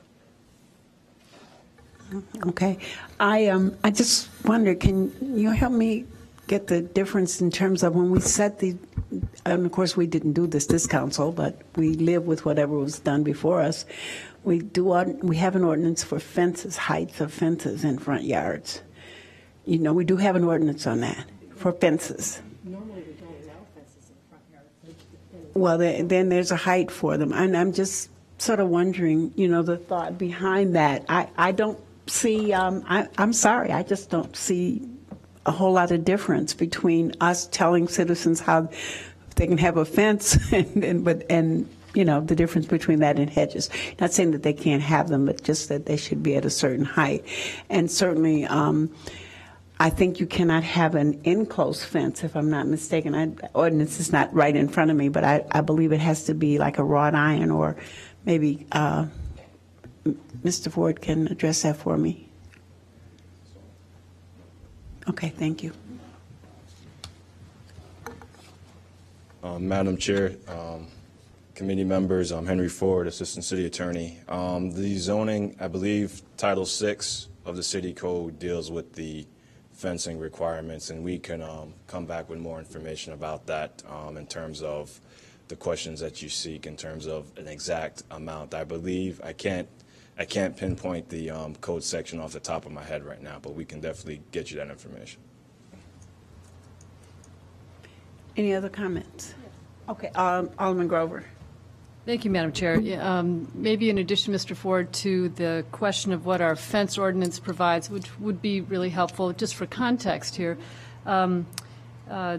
The follow-up would be, how would we enforce the proposed ordinance? What would the fine be? I'm not sure which misdemeanor it would trigger. It's property standards, I'm assuming, but I'm not sure what the enforcement mechanisms would be.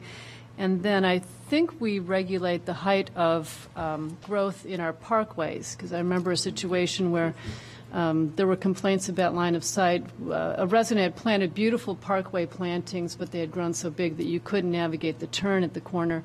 And how do we regulate parkway? We own that property, but when a resident has done some plantings, somehow they're responsible for it.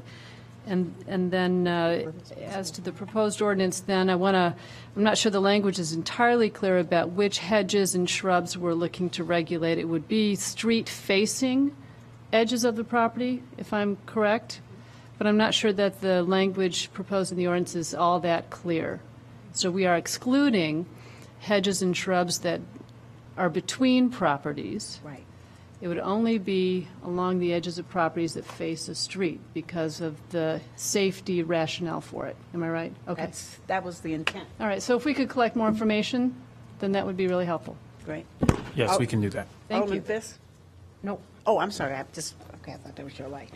Okay, so maybe we should just hold this in committee until we get Add more one information. quick point. Okay, Alderman Brathwaite. Thank you. And thank you for raising this issue, Alderman Holmes. I've only heard 2 complaints from my residents, so I know that this is something that our residents deals with in particular areas around town. And I thank you, Alderman Grover, for the points you raised. I was going to ask the similar questions, and then if we can add to that list just what other communities have done in the past, that would be helpful to understand as well. Okay. So we'll hold this in committee. Okay. All right. HH4, approval of the service agreement with the Moran Center for a Certificate of Rehabilitation Program. Mr. Brown, are you addressing us? Yes, he will be addressing you, and also we have the executive director of the Moran Center, Ms. Kathy Lyons, with us, and they're here to talk about the service agreement, which will be a pilot program for 1 year for our Certificate of Rehabilitation Program. Madam Chair and members of the Human Services Committee, staff is here this evening to recommend to you authorization by the city manager to execute this agreement between the City of Evanston and the James B. Moran Center for Youth Advocacy to provide legal services for not less than 15 Evanston residents to secure certificates of rehabilitation in an amount not to exceed $50,000. Funding for the allocation is from the $50,000 allocation approved in 2013 City Community Development Block Grant budget. Are there any questions? It's been moved in second. Comments, questions? Alderman Grover, I'm sorry. Sorry, Madam Chair, we did little musical chairs here. I know, I have to. I'll be Alderman Tandem tonight.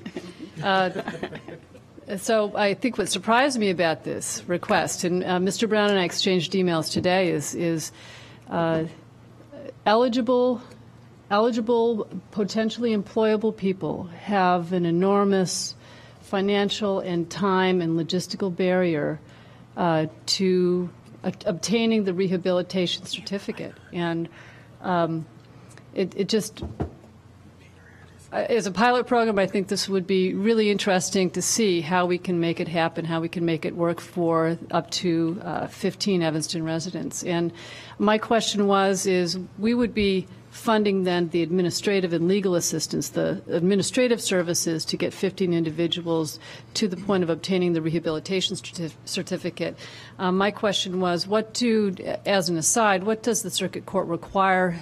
What are the criteria for obtaining the certificate?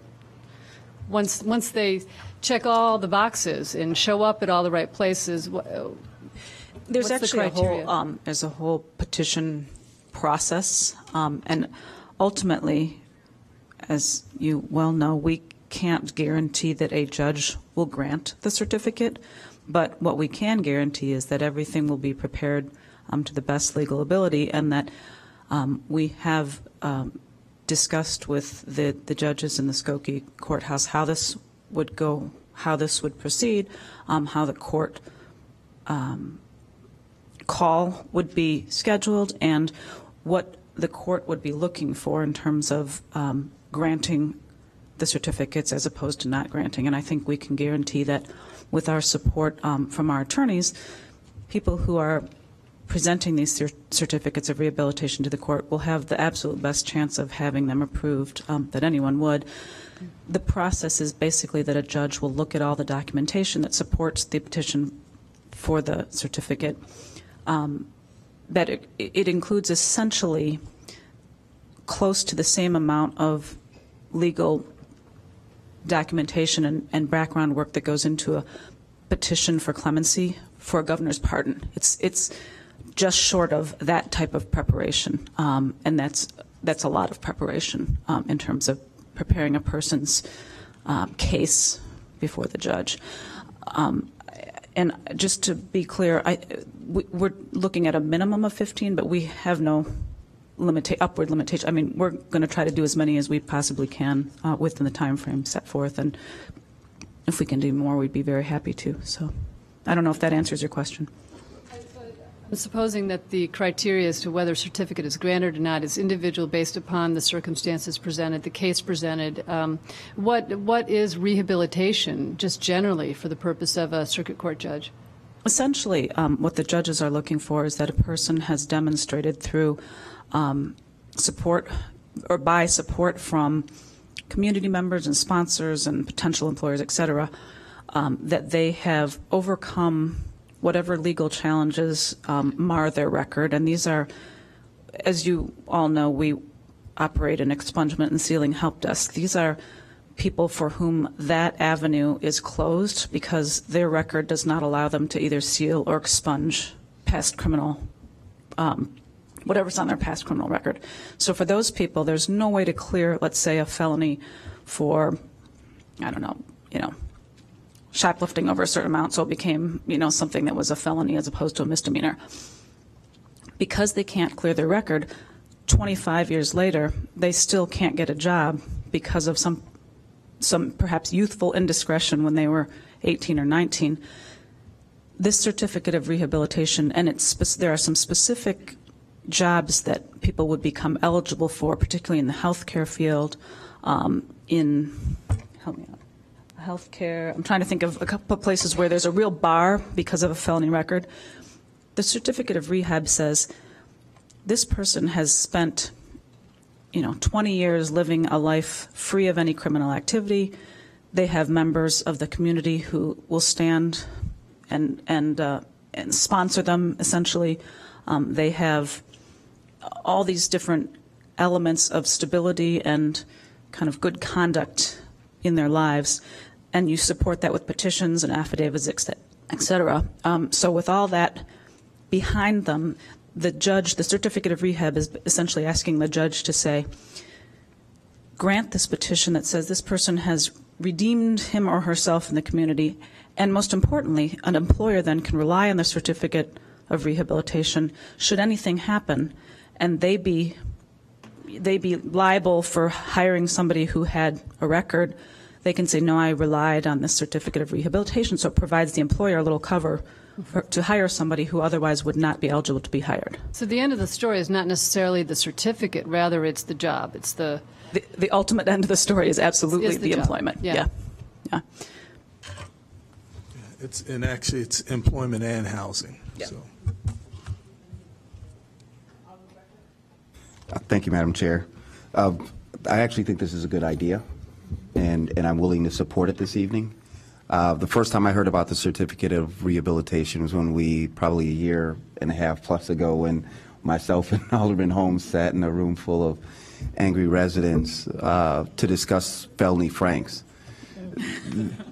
But I want to be clear, they weren't angry about giving our residents a second chance. It was really more so the way in which the company wanted to promote their past.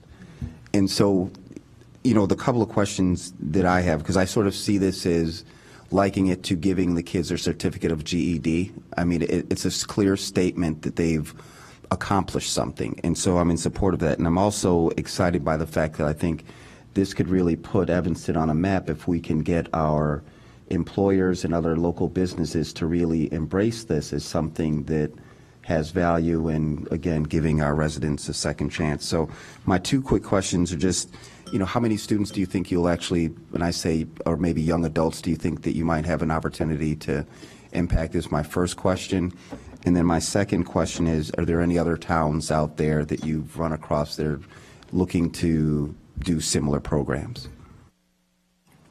Well, I think we're going to address as many people as we can, given the resources that we've been given. The minimum number was 15. Obviously, it depends on the individual case by case. Some cases will be shorter, some will be longer, and depending upon the eligibility, that will determine what the number will be, but it'll be a minimum of 15, and sure, we'll do as many as possible. What was the second question? Is there any other communities adopting? Yes, there are other communities. The one that I know of in Chicago is done by the Wiley Resource Center, who's also working on the same issues that we are here in Evanston. May I also just say that it's not, a lot of folks we've identified are no longer young people, or at least I wouldn't consider them young people, so we're actually looking at a much older population, I think. Mm-hmm. Right. Really have to piece together then a middle-aged life of goodness. Yeah, longer time. I'm glad that you mentioned Felony Franks Alderman Breathwaite, only because, as we know, we have a very successful program in Evanston now that's operated out of Kirk's Cafe, which has the same principle. And it really did teach me a lot about it's all in the name sometimes, all in the name, because it was really a great program, and it was the first time I ever heard about certificate of rehabilitation as well.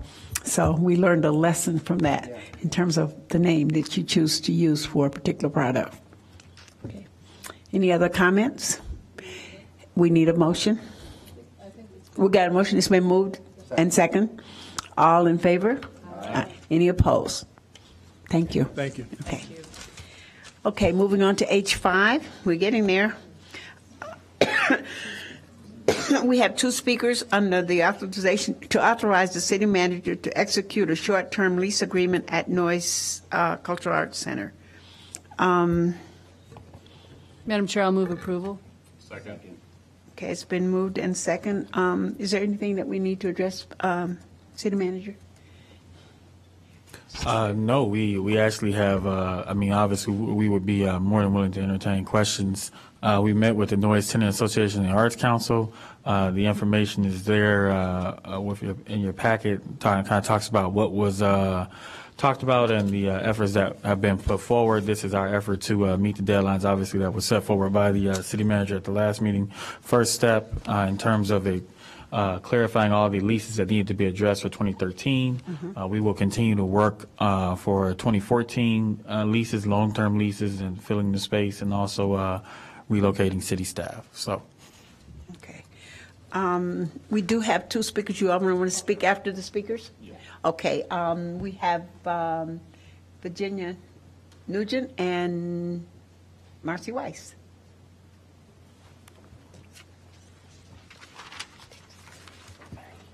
Maggie. I'm sorry. No, I know you're here, but I said Marcy. I'm sorry. Ladies and gentlemen of the council, thank you so very much for hearing a bit more information about why it is so essential that Actors Gym retain office and space for program staff on the first floor of the Noyes Arts Centre. As the conversation continues, I know it's an objective that the committee will be looking at, but primarily it's an issue of safety and support for the activities that are going on in our gym. It's an issue of sustainability. We've had tremendous success recently, growing 20% in the last 3 years, and that's taken us up to 4 full-time and 4 part-time staff. And that's a lot of people for our current space, but unfortunately it doesn't quite yet financially sustain us splitting our offices. And as I've already said, the first floor space is essential for safety reasons. It's also consistent with the treatment of the other performing arts organisations in the building who have their offices on the same floor as their program activities. There's no precedence for this, for moving us upstairs to 222. This is all to bolster our claim for, since 106 has been taken off the table by the city manager, for us to have either 100 or 101. The idea for a studio-only building is not tested and hasn't yet been examined in detail by the Noyes Tenants Association and the Evanston Arts Council process. It's about community service. We're one of the leading organisations and tenants, and we bring vitality to the noise to the tune of tens of thousands of visits per year. I'm providing some additional information here about our service to the District 65 schools. We have programs in about half of those schools in the last 3 years. About half of that number, again, currently that's in response to your query last meeting, Alderman Tendam. And it's also about respect. The Actors Gymnasium's been a tenant in the building since 1995, and we've never been late with a rent payment. And for an arts organisation, we all know how extraordinary that is. It's about marketing. Our visual presence on the first floor has been a factor in our recent growth, and to move us elsewhere would be a detriment at this time. It's about constituent convenience. Thousands of students and parents need the convenience of an easy location on the same floor of the gym, and at the moment, our office space also doubles as our box office space, and to move us upstairs would leave us with no space next to the theatre for our shows that attract several thousand patrons a year. And the last element I want to bring up is logic. While we support the concept of a vibrant cultural centre full of bustling activity, Studios 106, 100 and 101 all have solid walls with just a door that faces onto the common area. So I don't see how the activity going on inside the room, be it a program office for staff or a practice studio, as being material to the discussion. Thank you very much. That's all I would like to say at this time. I appreciate your continued engagement with this issue. Thank you. Good evening, Madam Chair and Human Services Committee. Thanks for the chance to speak. With regards to what's in your packet about the changes that Deputy City Manager McCrae and Bob Dorniker and Jeff Corey and the Noise Tenants Association all worked on, we would just say thank you for your consideration moving forward through December. Also, we're working together with the city for figuring out 2014. One of the concerns about that has come up is that there's some consideration for office space.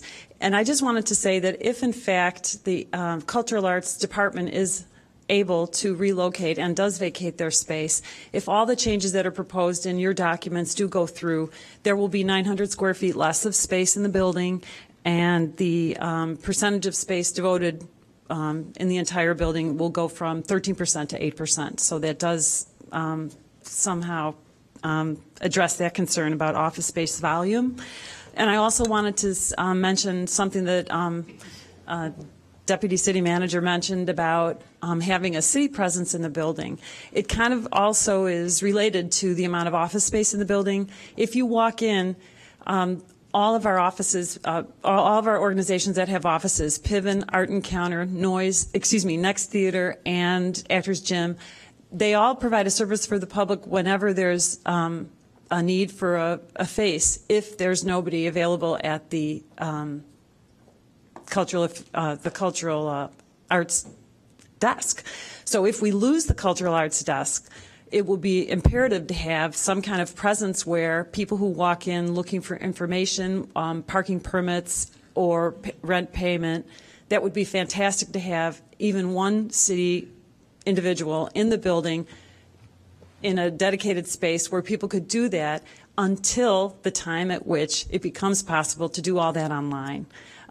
Former Parks and Recreation Director Doug Gaynor and City Manager Wally Bobkowitz had both said that sometime in the future this is all going to be able to be done on computer.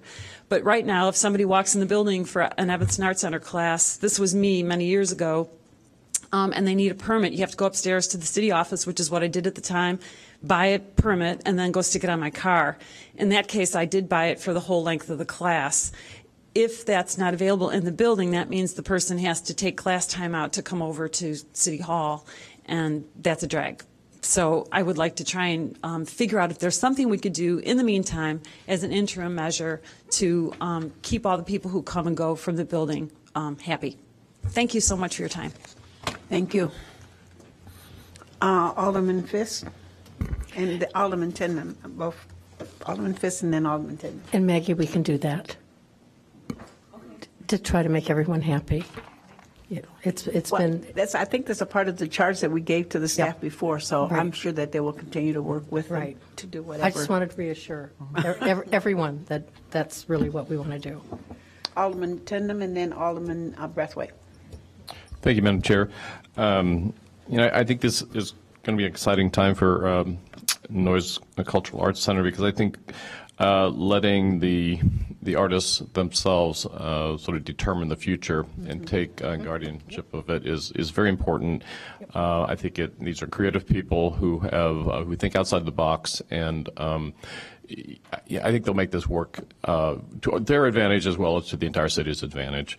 I did have a couple of questions about, one in particular. When the city offices move out, what happens to Tim Rose from Fleetwood Jordan? Has anyone discussed? Because I know that he's. It doesn't. They have their own space. But as far as an office space.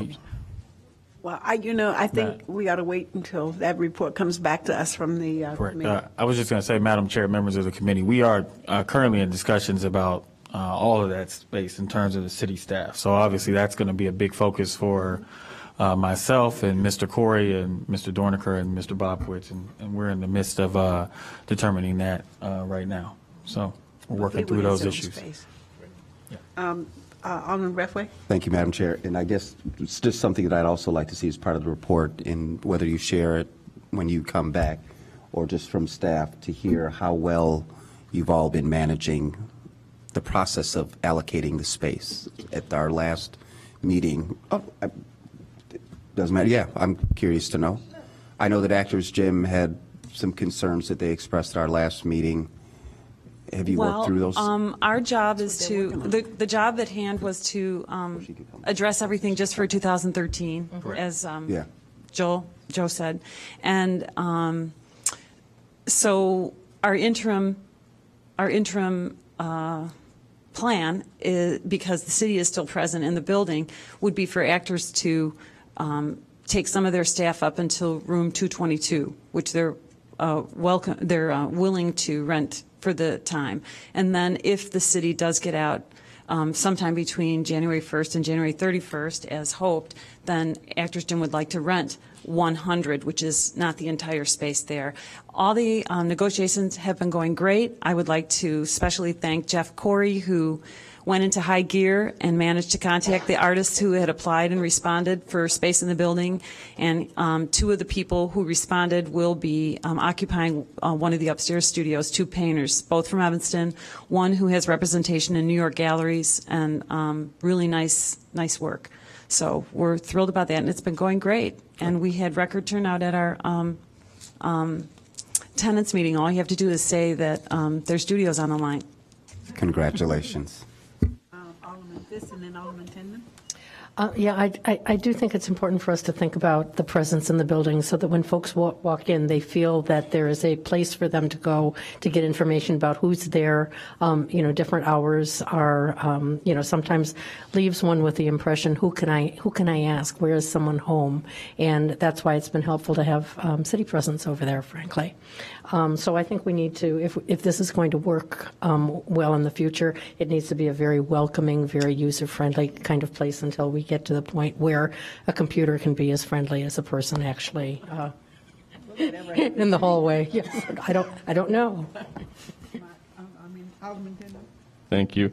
I finally was able to read my own writing. The other question I had was, when you talk about 2013 leases, we're really closing in on the end of the calendar year. Are we going to ask for money for prior months, or what do we? I guess I'm kind of wondering, if we don't act on this soon, 2013 will be over.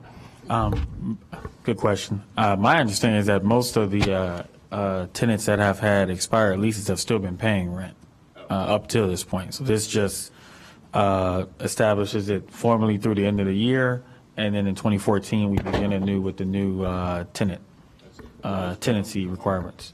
2014 is also in the works as well. 2014 is in the works as well. So we will have a number of meetings, additional meetings, to decide what the tenancy criteria will be, looking at the community services aspect of it, looking at the rental rates and all that kind of stuff. The Tenants Association is going to meet and discuss those things as well. So all that's in the process. That's kind of the next phase. But trying to wrap up, like you said, leases for this current year, since it's wrapping up so quick, was of priority at this point. Mm-hmm. Okay. So we have a motion to authorize the city manager to execute those short-term leases. Yes, so moved. Second. Been moved and second. All in favor? Aye. Any opposed? Okay. HH6, the Mental Health Board report, and we have Tim Fisher.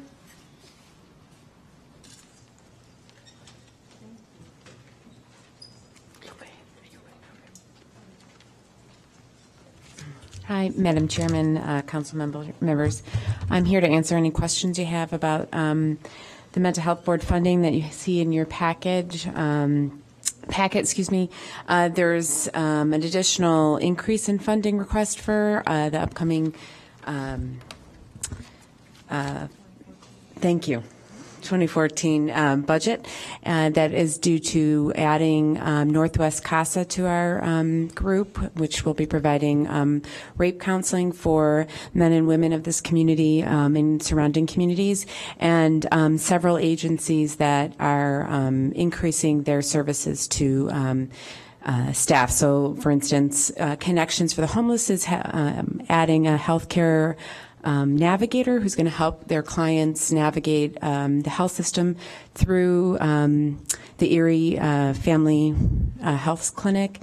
The Moran Center is adding a social worker to expand the services for some of the students or some of the young people that they serve.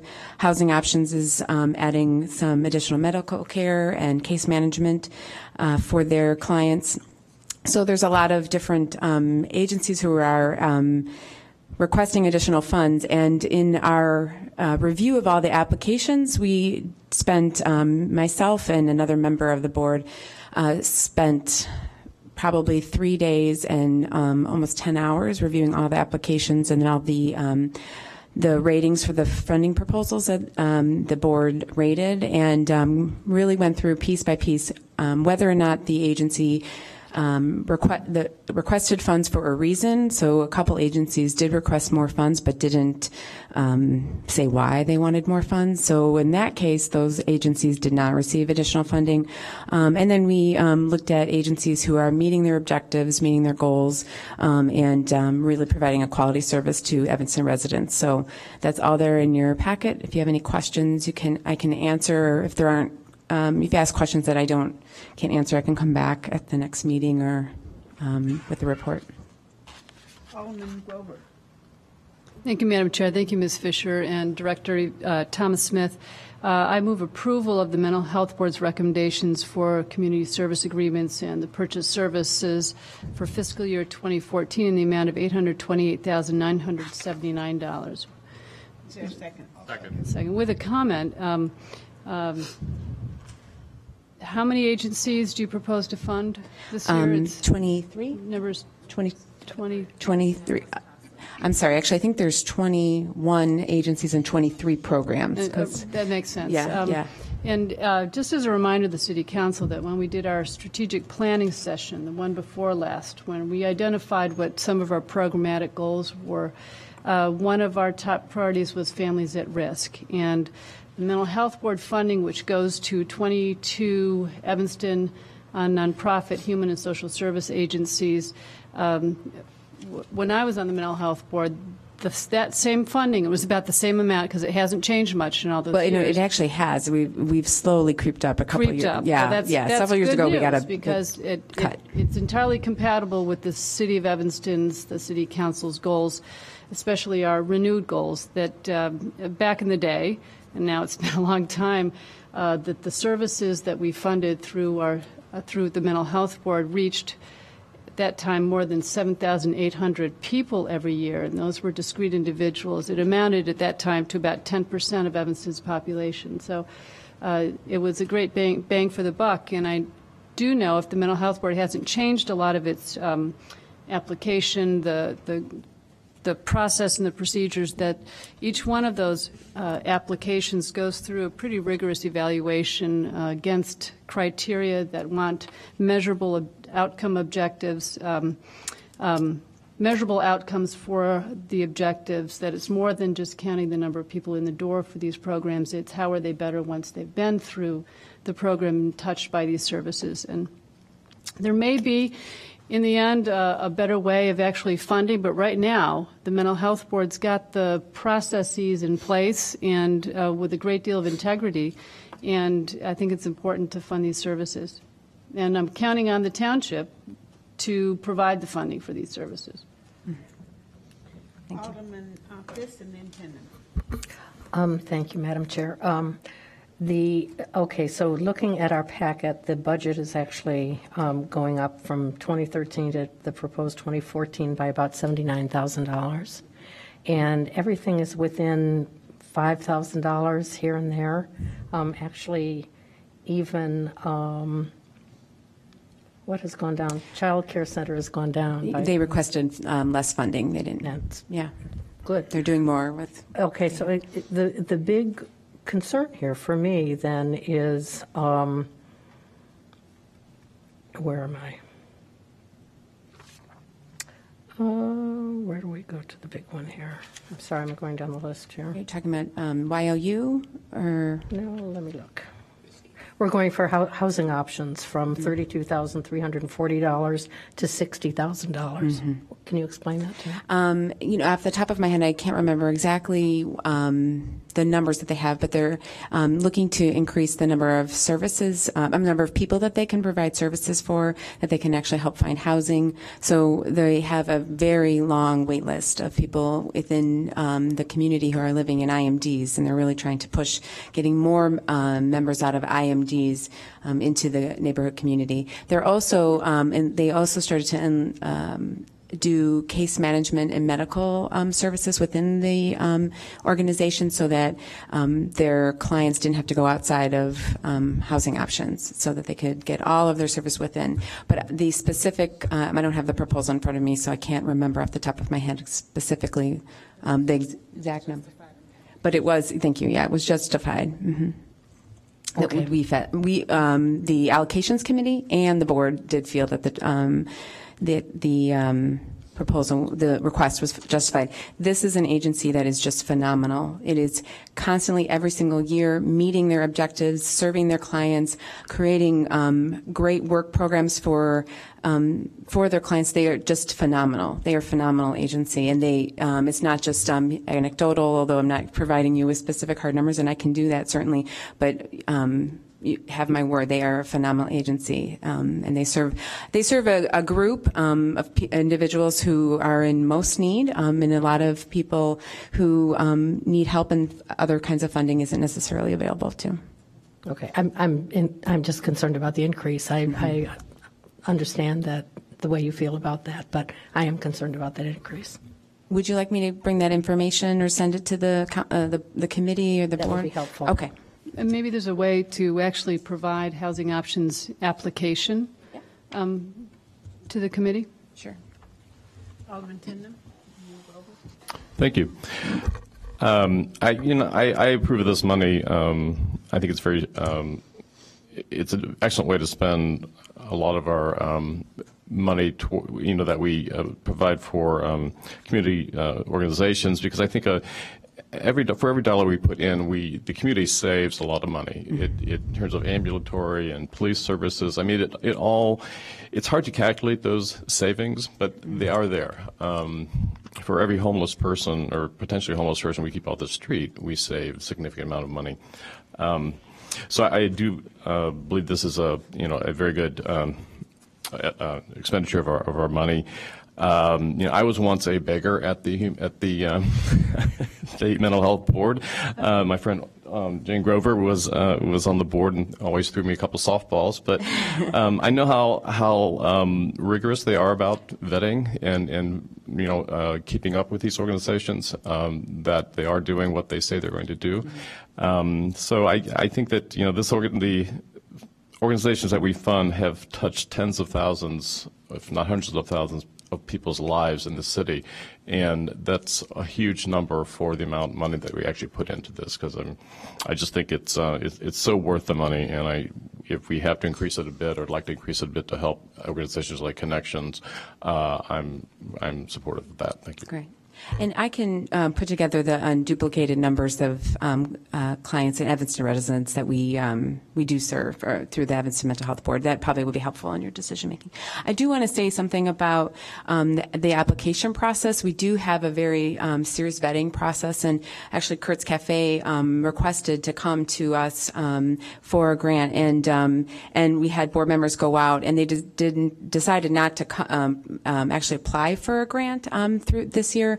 We weren't sure exactly why, but we are very welcoming of all kinds of new agencies. But it's not free money, so there is an application process. So that might have deterred, it might have deterred other agencies from applying. But there is an application process. We have a vetting process. You have to have a program. You have to have goals. You have to have objectives. You have to have data collection services. So you have to have evidence-based practices. So yes, it is a very good use of the taxpayers' money. Mm-hmm. Did you? No. Okay. All right, it's been moved and second. All in favor? Aye. Any opposed? Thank you. Thank you. Township of Evanston, HH27, Assessor Wilson.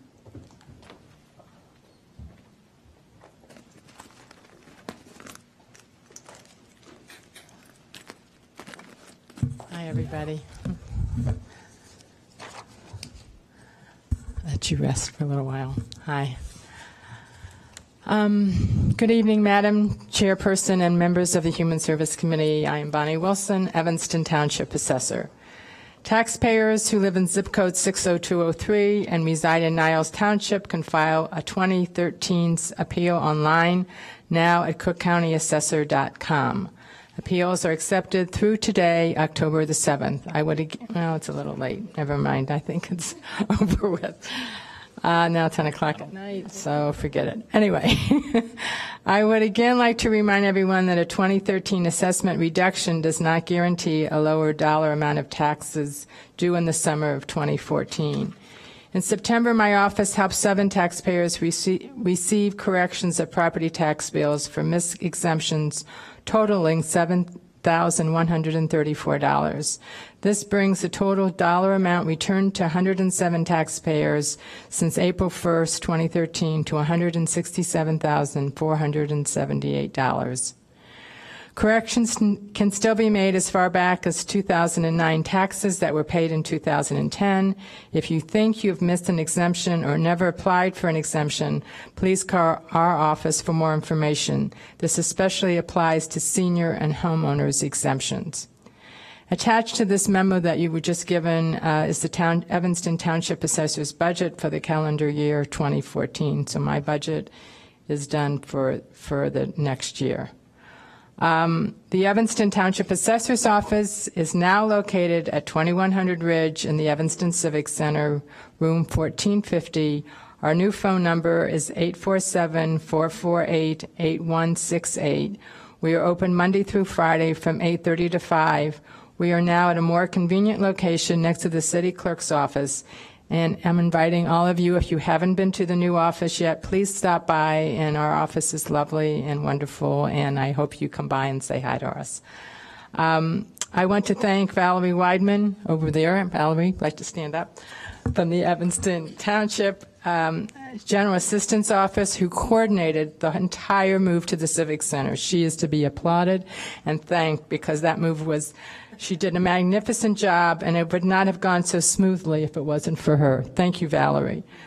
And I want to thank my Deputy Assessor Assistant, Angela Butler, Angela's over there, who not only spoke for me at the town meeting while I was home ill, but was also so helpful in our move to the Civic Center. So thank you to both of you for your help.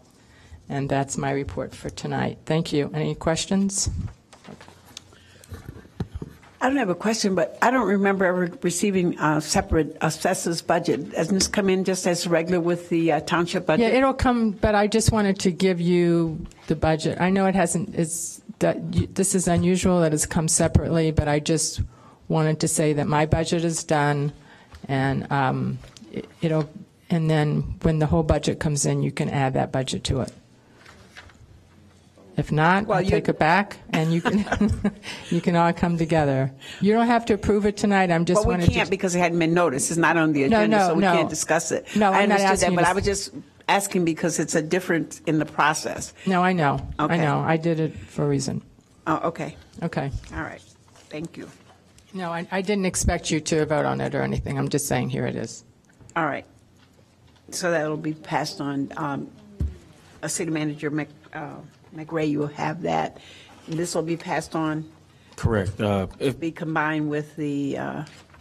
Correct. Could we have that electronically if possible?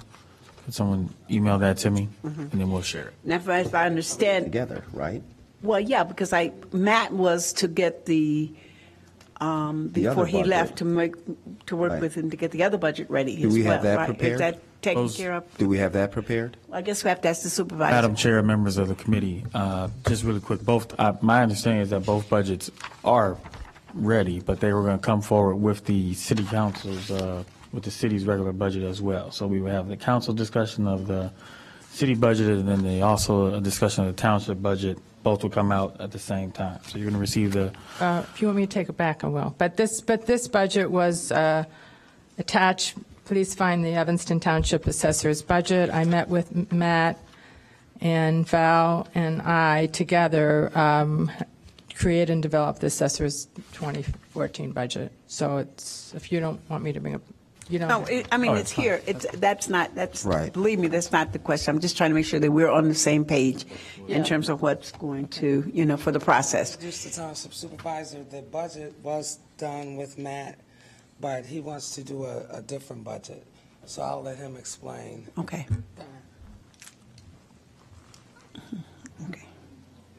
Good evening, Madam Chair, and good evening, Alderman. Yes, before Mr. Matt left, he had a budget that he prepared alone and give it to me. However, I'm working constant with former township supervisor, Pat Vance, and we find some adjustment that we need to do. So I'll hold on to it and turn it back in. And I have communicated with the city attorney, the lawyer, Mr. Grant, and tell him I will turn it out in the budget on Friday, by Friday the 11th. So then we'll have it in our next, yes. At our next meeting, at the November. Yeah. So we do it. November meeting? We do have, in November meeting. We do have some clarification to make on that. And the budget that Matt has turned into me. Okay. Mr. Lyons?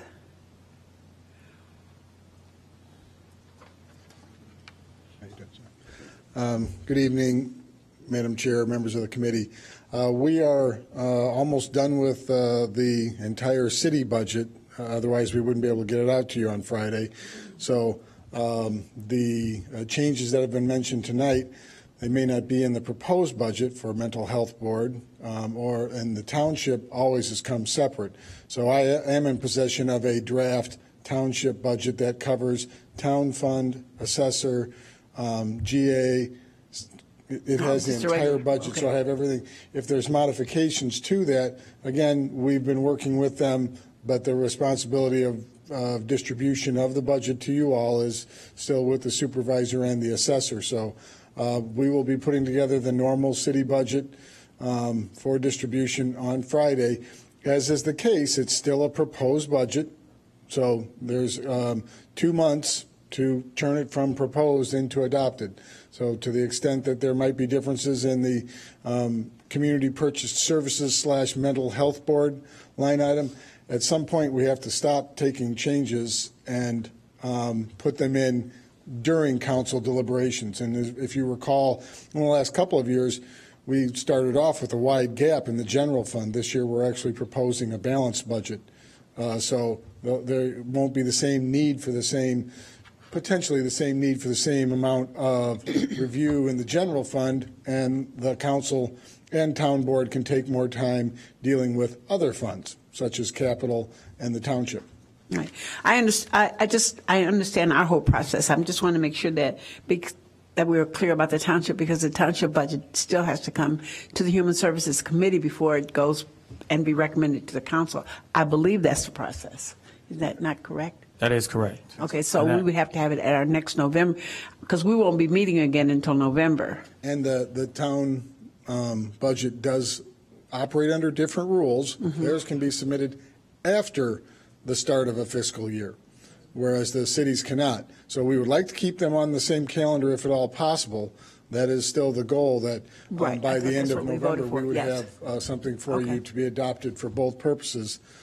So that's still the plan. Yeah. And if it's presented to us at the November meeting, we should be able to have, if we can move it that night, we should be able to move it to the first meeting for that next meeting, for our first meeting in November, It could maybe, even go on or the second meeting. And the second, and you have the first meeting in December, They don't- right. for the- So we there's still just like- enough time. We have Okay. time. I just want to make sure.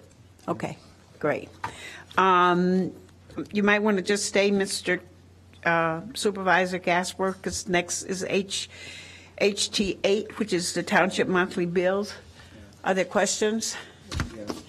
Okay, Alderman Brathwaite first, I'm trying to. and Alderman Fisk. Pardon me, Madam Chairperson, my laptop died, so I'm looking from a paper copy. And in the bills list, I saw an expense for $17,000 that was listed as advertising, along with some attachments. So I'm just, I'd like to get a little bit more information. I'm sorry, Alderman Brathwaite, and this is not a report you should have received yet. This is something that we are working on it. I don't know if you receive any communication regarding $17,000 bill. It's an error at this moment. Well, we're being asked to pay it, so there's no error there.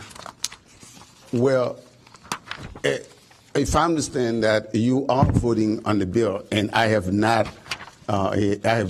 not prepared to send out that money yet. And I was not ready to speak to you about it yet. That's what I'll hold on to it for a moment, because there is some concern regarding that bill that I'm working in my office about it before turning it to you. Okay. Okay, but there's a date on there. What I'm page just trying are we to- on? I'm trying Just to so I pull it can- up. I'm sorry. yeah. Madam Chair, members of the committee, you're looking for the advertising bill? Yeah, there's Yeah. also a memo. I believe there's one line item on, is it page 88 of 106? There's a line item there. Yeah, I think that's where I saw Yeah, it. 17,000, right. Okay, but look at the date. And then the invoice itself is on page 93. 93, I'm sorry.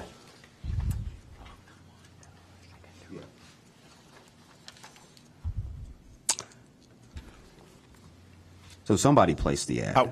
Yeah, I would like to hold on to this, and I can come back with it at the next township meeting, if it's okay.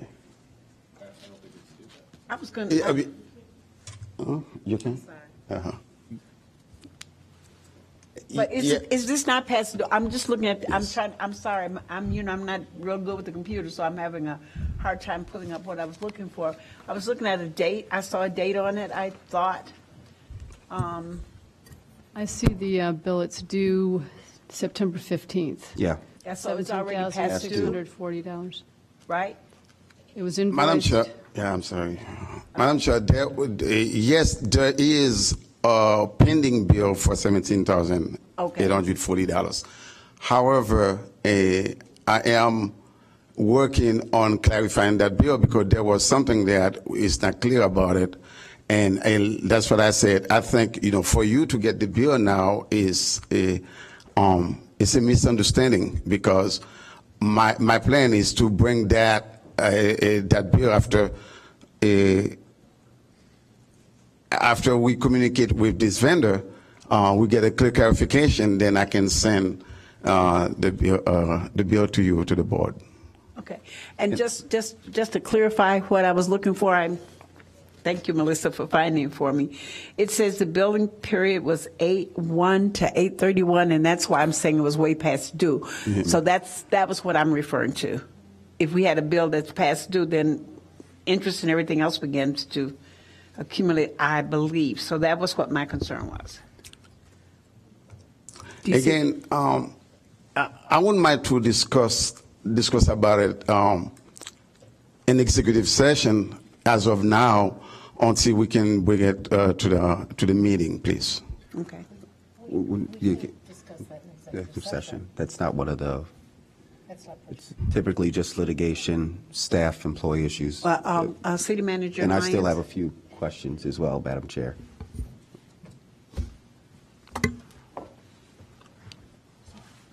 Madam Chair, members of the committee, depending on the result of the supervisor's research, there could be reason for it to qualify for executive session. So that would be the issue. It would not be. It may not be the bill itself. So the bill's a mistake? Is that what you're saying? I'm not, given that he's requesting executive session, I would not be saying any more. Okay. Well, all right. Hold on. I got 3 lights. Let me get them, and then we'll come back. I get Groverton, this. Is on this topic? Yes, I don't know where to begin, so I think I will not speak. I have a simple question. Yeah. Oh, are you next? No, you're next, Mark. I would just like some clarity. Has the ad run? Again, Alderman Senator, I'm sorry again that you have that a note ahead of in front of you because that was not my plan. This is something that was. It's kind of simple. Has the ad run? And has it appeared in the newspaper? According to the invoice, it looks like it did. Yes, and I'm still working. We're still working in a clarification of this bill. For this bill.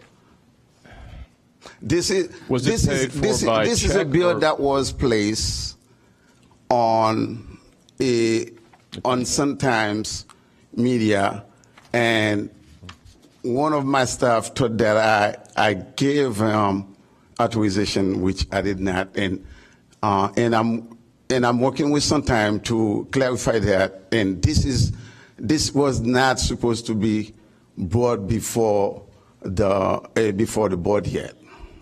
I can see why. Because my understanding, until I get the clarification of it, then I can hold it. Then when I speak, I don't want to let out too much information. It just seems to me that the ad ran, we have to pay for it, but we'll let you work out those details. Please do. And in the meantime, I'm working with the city lawyer regarding that too. So there is a misunderstanding, not only for you, also for myself, but I'm working on it to clarify it. Please. Alderman Fisk, Brathwaite, and then Grover. Okay. Well, excuse me if I'm speaking out of turn, and someone tell me to be quiet if I need to be. Pardon me. No. We need Alderman Rainey here is what we need. It's your office. Yes. It's your responsibility. I do. I don't want to be blaming staff. So if that's not the direction we're going, right? I mean, that's not the justification for. This is not what I'm saying. But it's not the justification for executive session. Is that correct? No. What I'm saying is, I feel very uncomfortable about executive session. It's not. I don't call for executive session right now. I am just saying that the bill brought up to you, but it wasn't the time yet. The township supervisor feel like it wasn't the time to send it to the board. It could be in the next time. It could be yes. It could be the 17,000. It could be half. It could be zero. It could be the number could change. Okay, So, I don't want to send the message out to anyone who lives in Evanston that we do things in executive session that aren't entirely justified. No. Okay, so bringing that up is, touched a real raw chord with me. Yeah. Again, I was not even ready to bring it to the executive session tonight. The bill get in the packet, and then my attention was to working on it before I bring the bill to the board. Okay, the question I have for staff is, can we approve the bills list without this particular bill?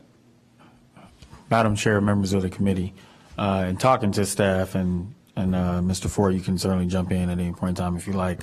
Our recommendation, staff recommendation, would be to not approve the bill at this time. Right, definitely. If there's some uncertainty about the bill, hold off on that for more information. And that would, correct. Okay, That would so we allow can pull it off. time for more information. We and definitely come back with more can take the bill out and not pay it, but I'm going to say it once again, when I read it, and my concern was that it was a billing date of August 1 through August 31st, which means to me it's past due. And so that would be my concern. That's the only concern I have in terms of that, and that we be, responsible for what our names are on. So, Madam Chair, I actually had another question. So when we're finished with this discussion, could I ask the other one? well, Alderman Brathwaite, is after you. Is it on the same topic, or you have another question? Another question No, on the I know bills you list. do. I'm asking him. Yeah, it's on the same topic. Okay, well, let's take you, and then we get back to Judy. Okay. Thank you, Madam Chair. So in the packet that went out, public document, there is a job description for Township General Assistance Community Outreach Engagement Coordinator. Who wrote that job description? In the packet? In the packet that went out. Somebody want to give them a copy of Well, that? it's It's with right the here. ad. It's with the ad. It's with the ad. Oh, with the ad. Okay. Who wrote it? Yes, I wrote the job description. Okay. And so that's attached to the ad. So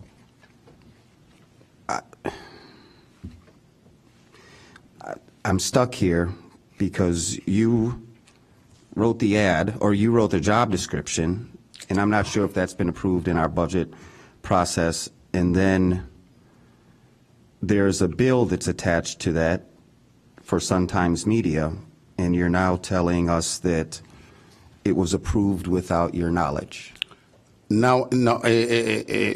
What I'm saying is there was a misunderstanding in my office that a staff thought that I gave him authorization to go along with this bill, and that was just a misunderstanding between me and the staff.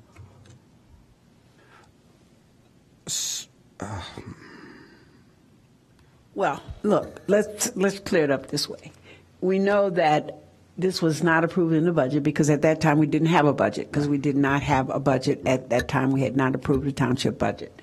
The ad was written. Evidently, instructions were miscommunicated, misunderstood. However, it got printed. The ad got printed.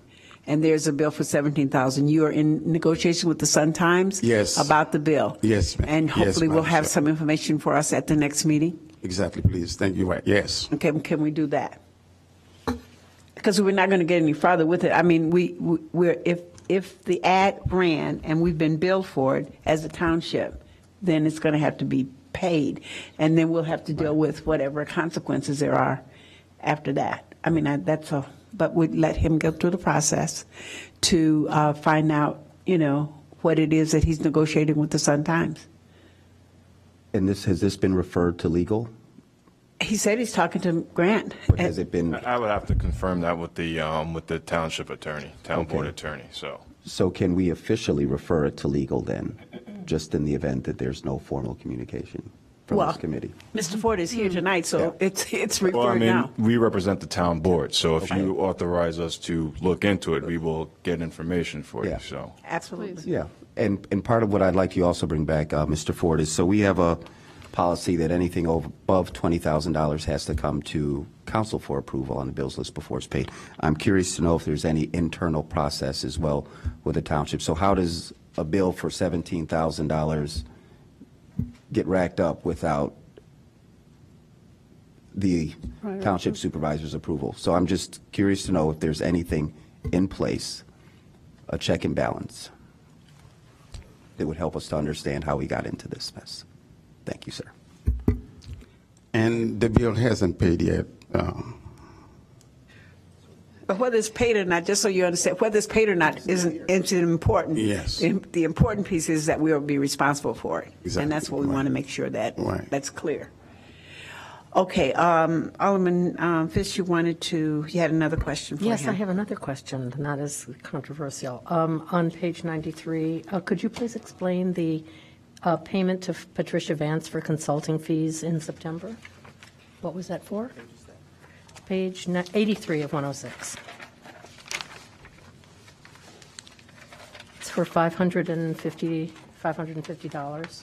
The meeting, the Human Resources meeting on September 5 and 12 regarding the township budget, and as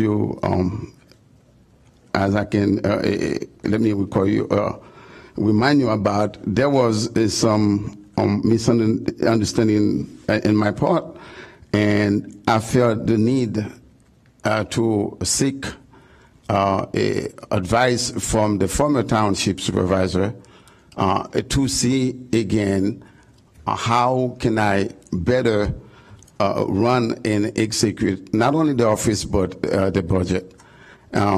And I met with Pat Vance, former Miss Vance, former township supervisor, and assigned a liaison from the city, Mr. Matt. We worked out the budget, and there was some confusion with the previous budget.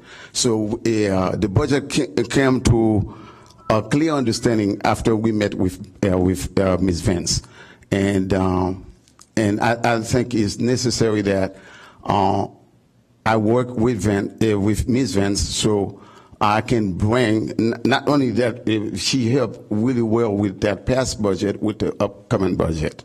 So do you have an ongoing working relationship? Yeah, I have I have an ongoing relationship with Ms. Vance. And you're expecting her to continue in a consulting role? Yes, I can say as of now, until that, I have a clear understanding about not only the budget but the office. And how many months would you estimate that's going to take?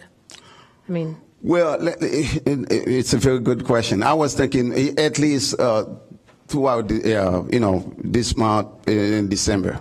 Aside from the issue of incurring $17,000 bill for advertising, is the question of advertising for an unbudgeted position, and I think that's a different matter.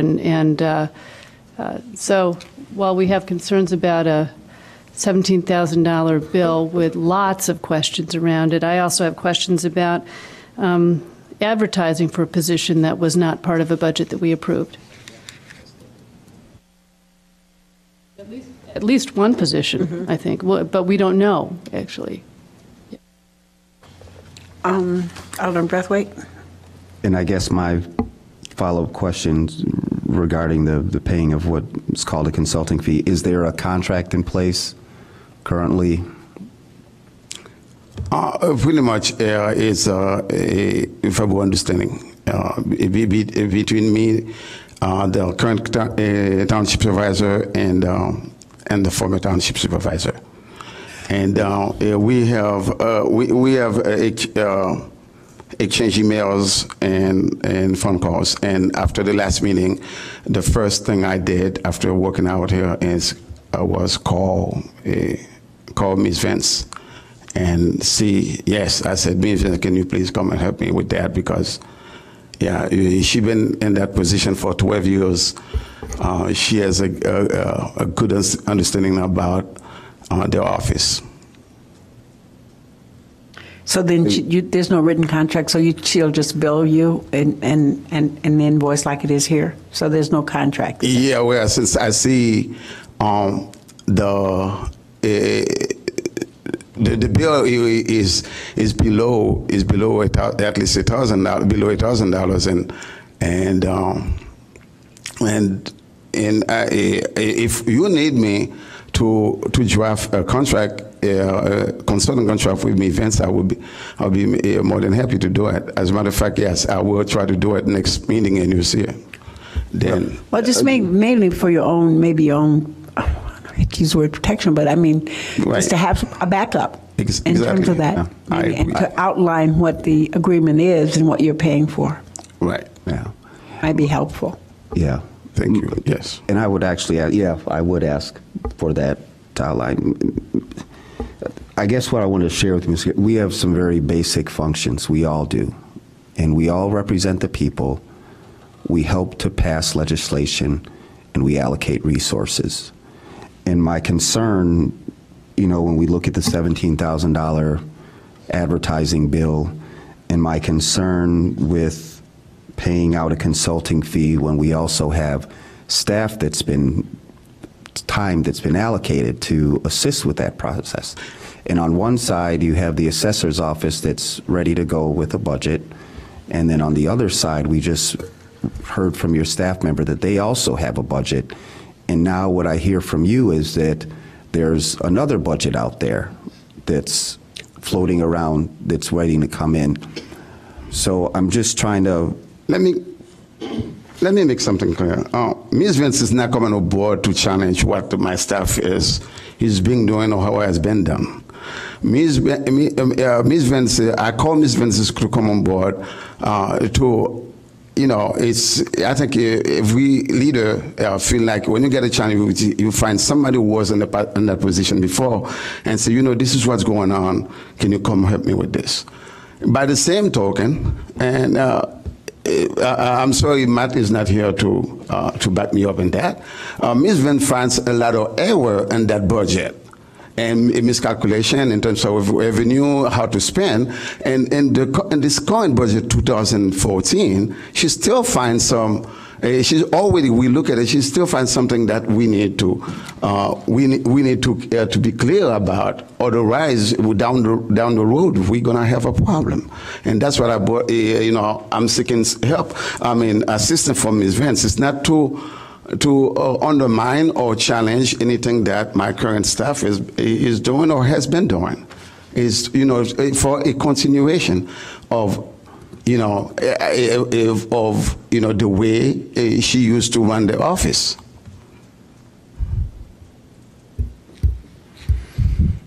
Okay, Alderman Tindem. Thank you. I think what this is coming down to is something we've talked about for a while now, is just the lack of oversight. And it seems, I'm questioning a lot of decisions that you made, or someone made, I suppose, with regard to an ad that cost $17,840. 2 ads that for positions that pay $25,000 annually, or at least starting salary. Is it necessary to take a half page in the Sun-Times when we have a lot of local media that probably reaches more Evanstonians than others? I could go on, but I just think the lack of oversight of your department is still plaguing your department, and I'm frustrated because I don't know, but I would like to know from legal counsel what we can do to stop this. And Alderman Tindem, I agree with you, yes.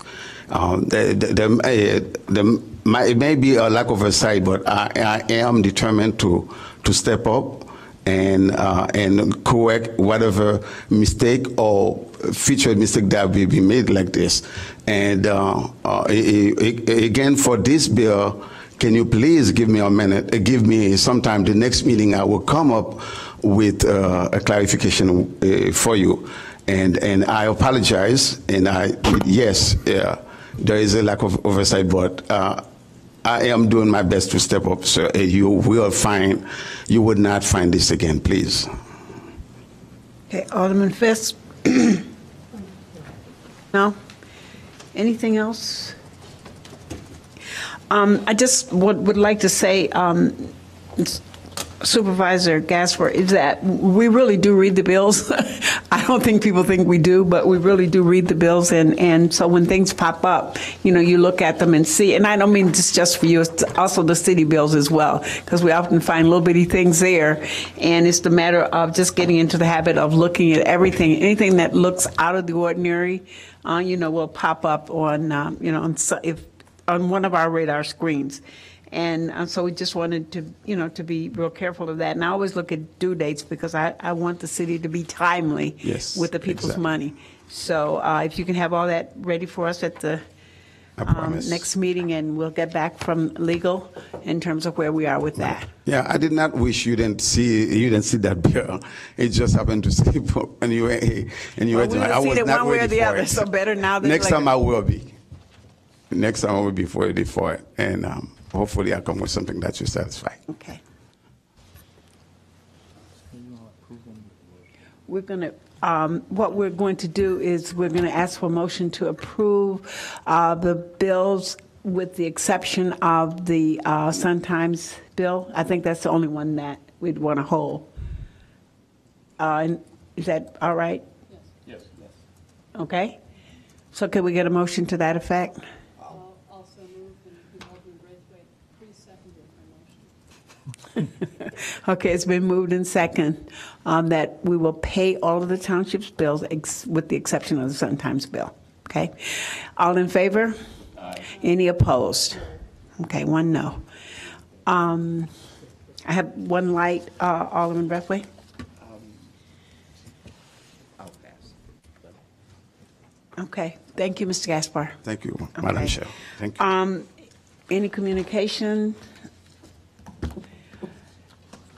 If not, we have a motion for adjournment. So it is. Good night to all. Thank you.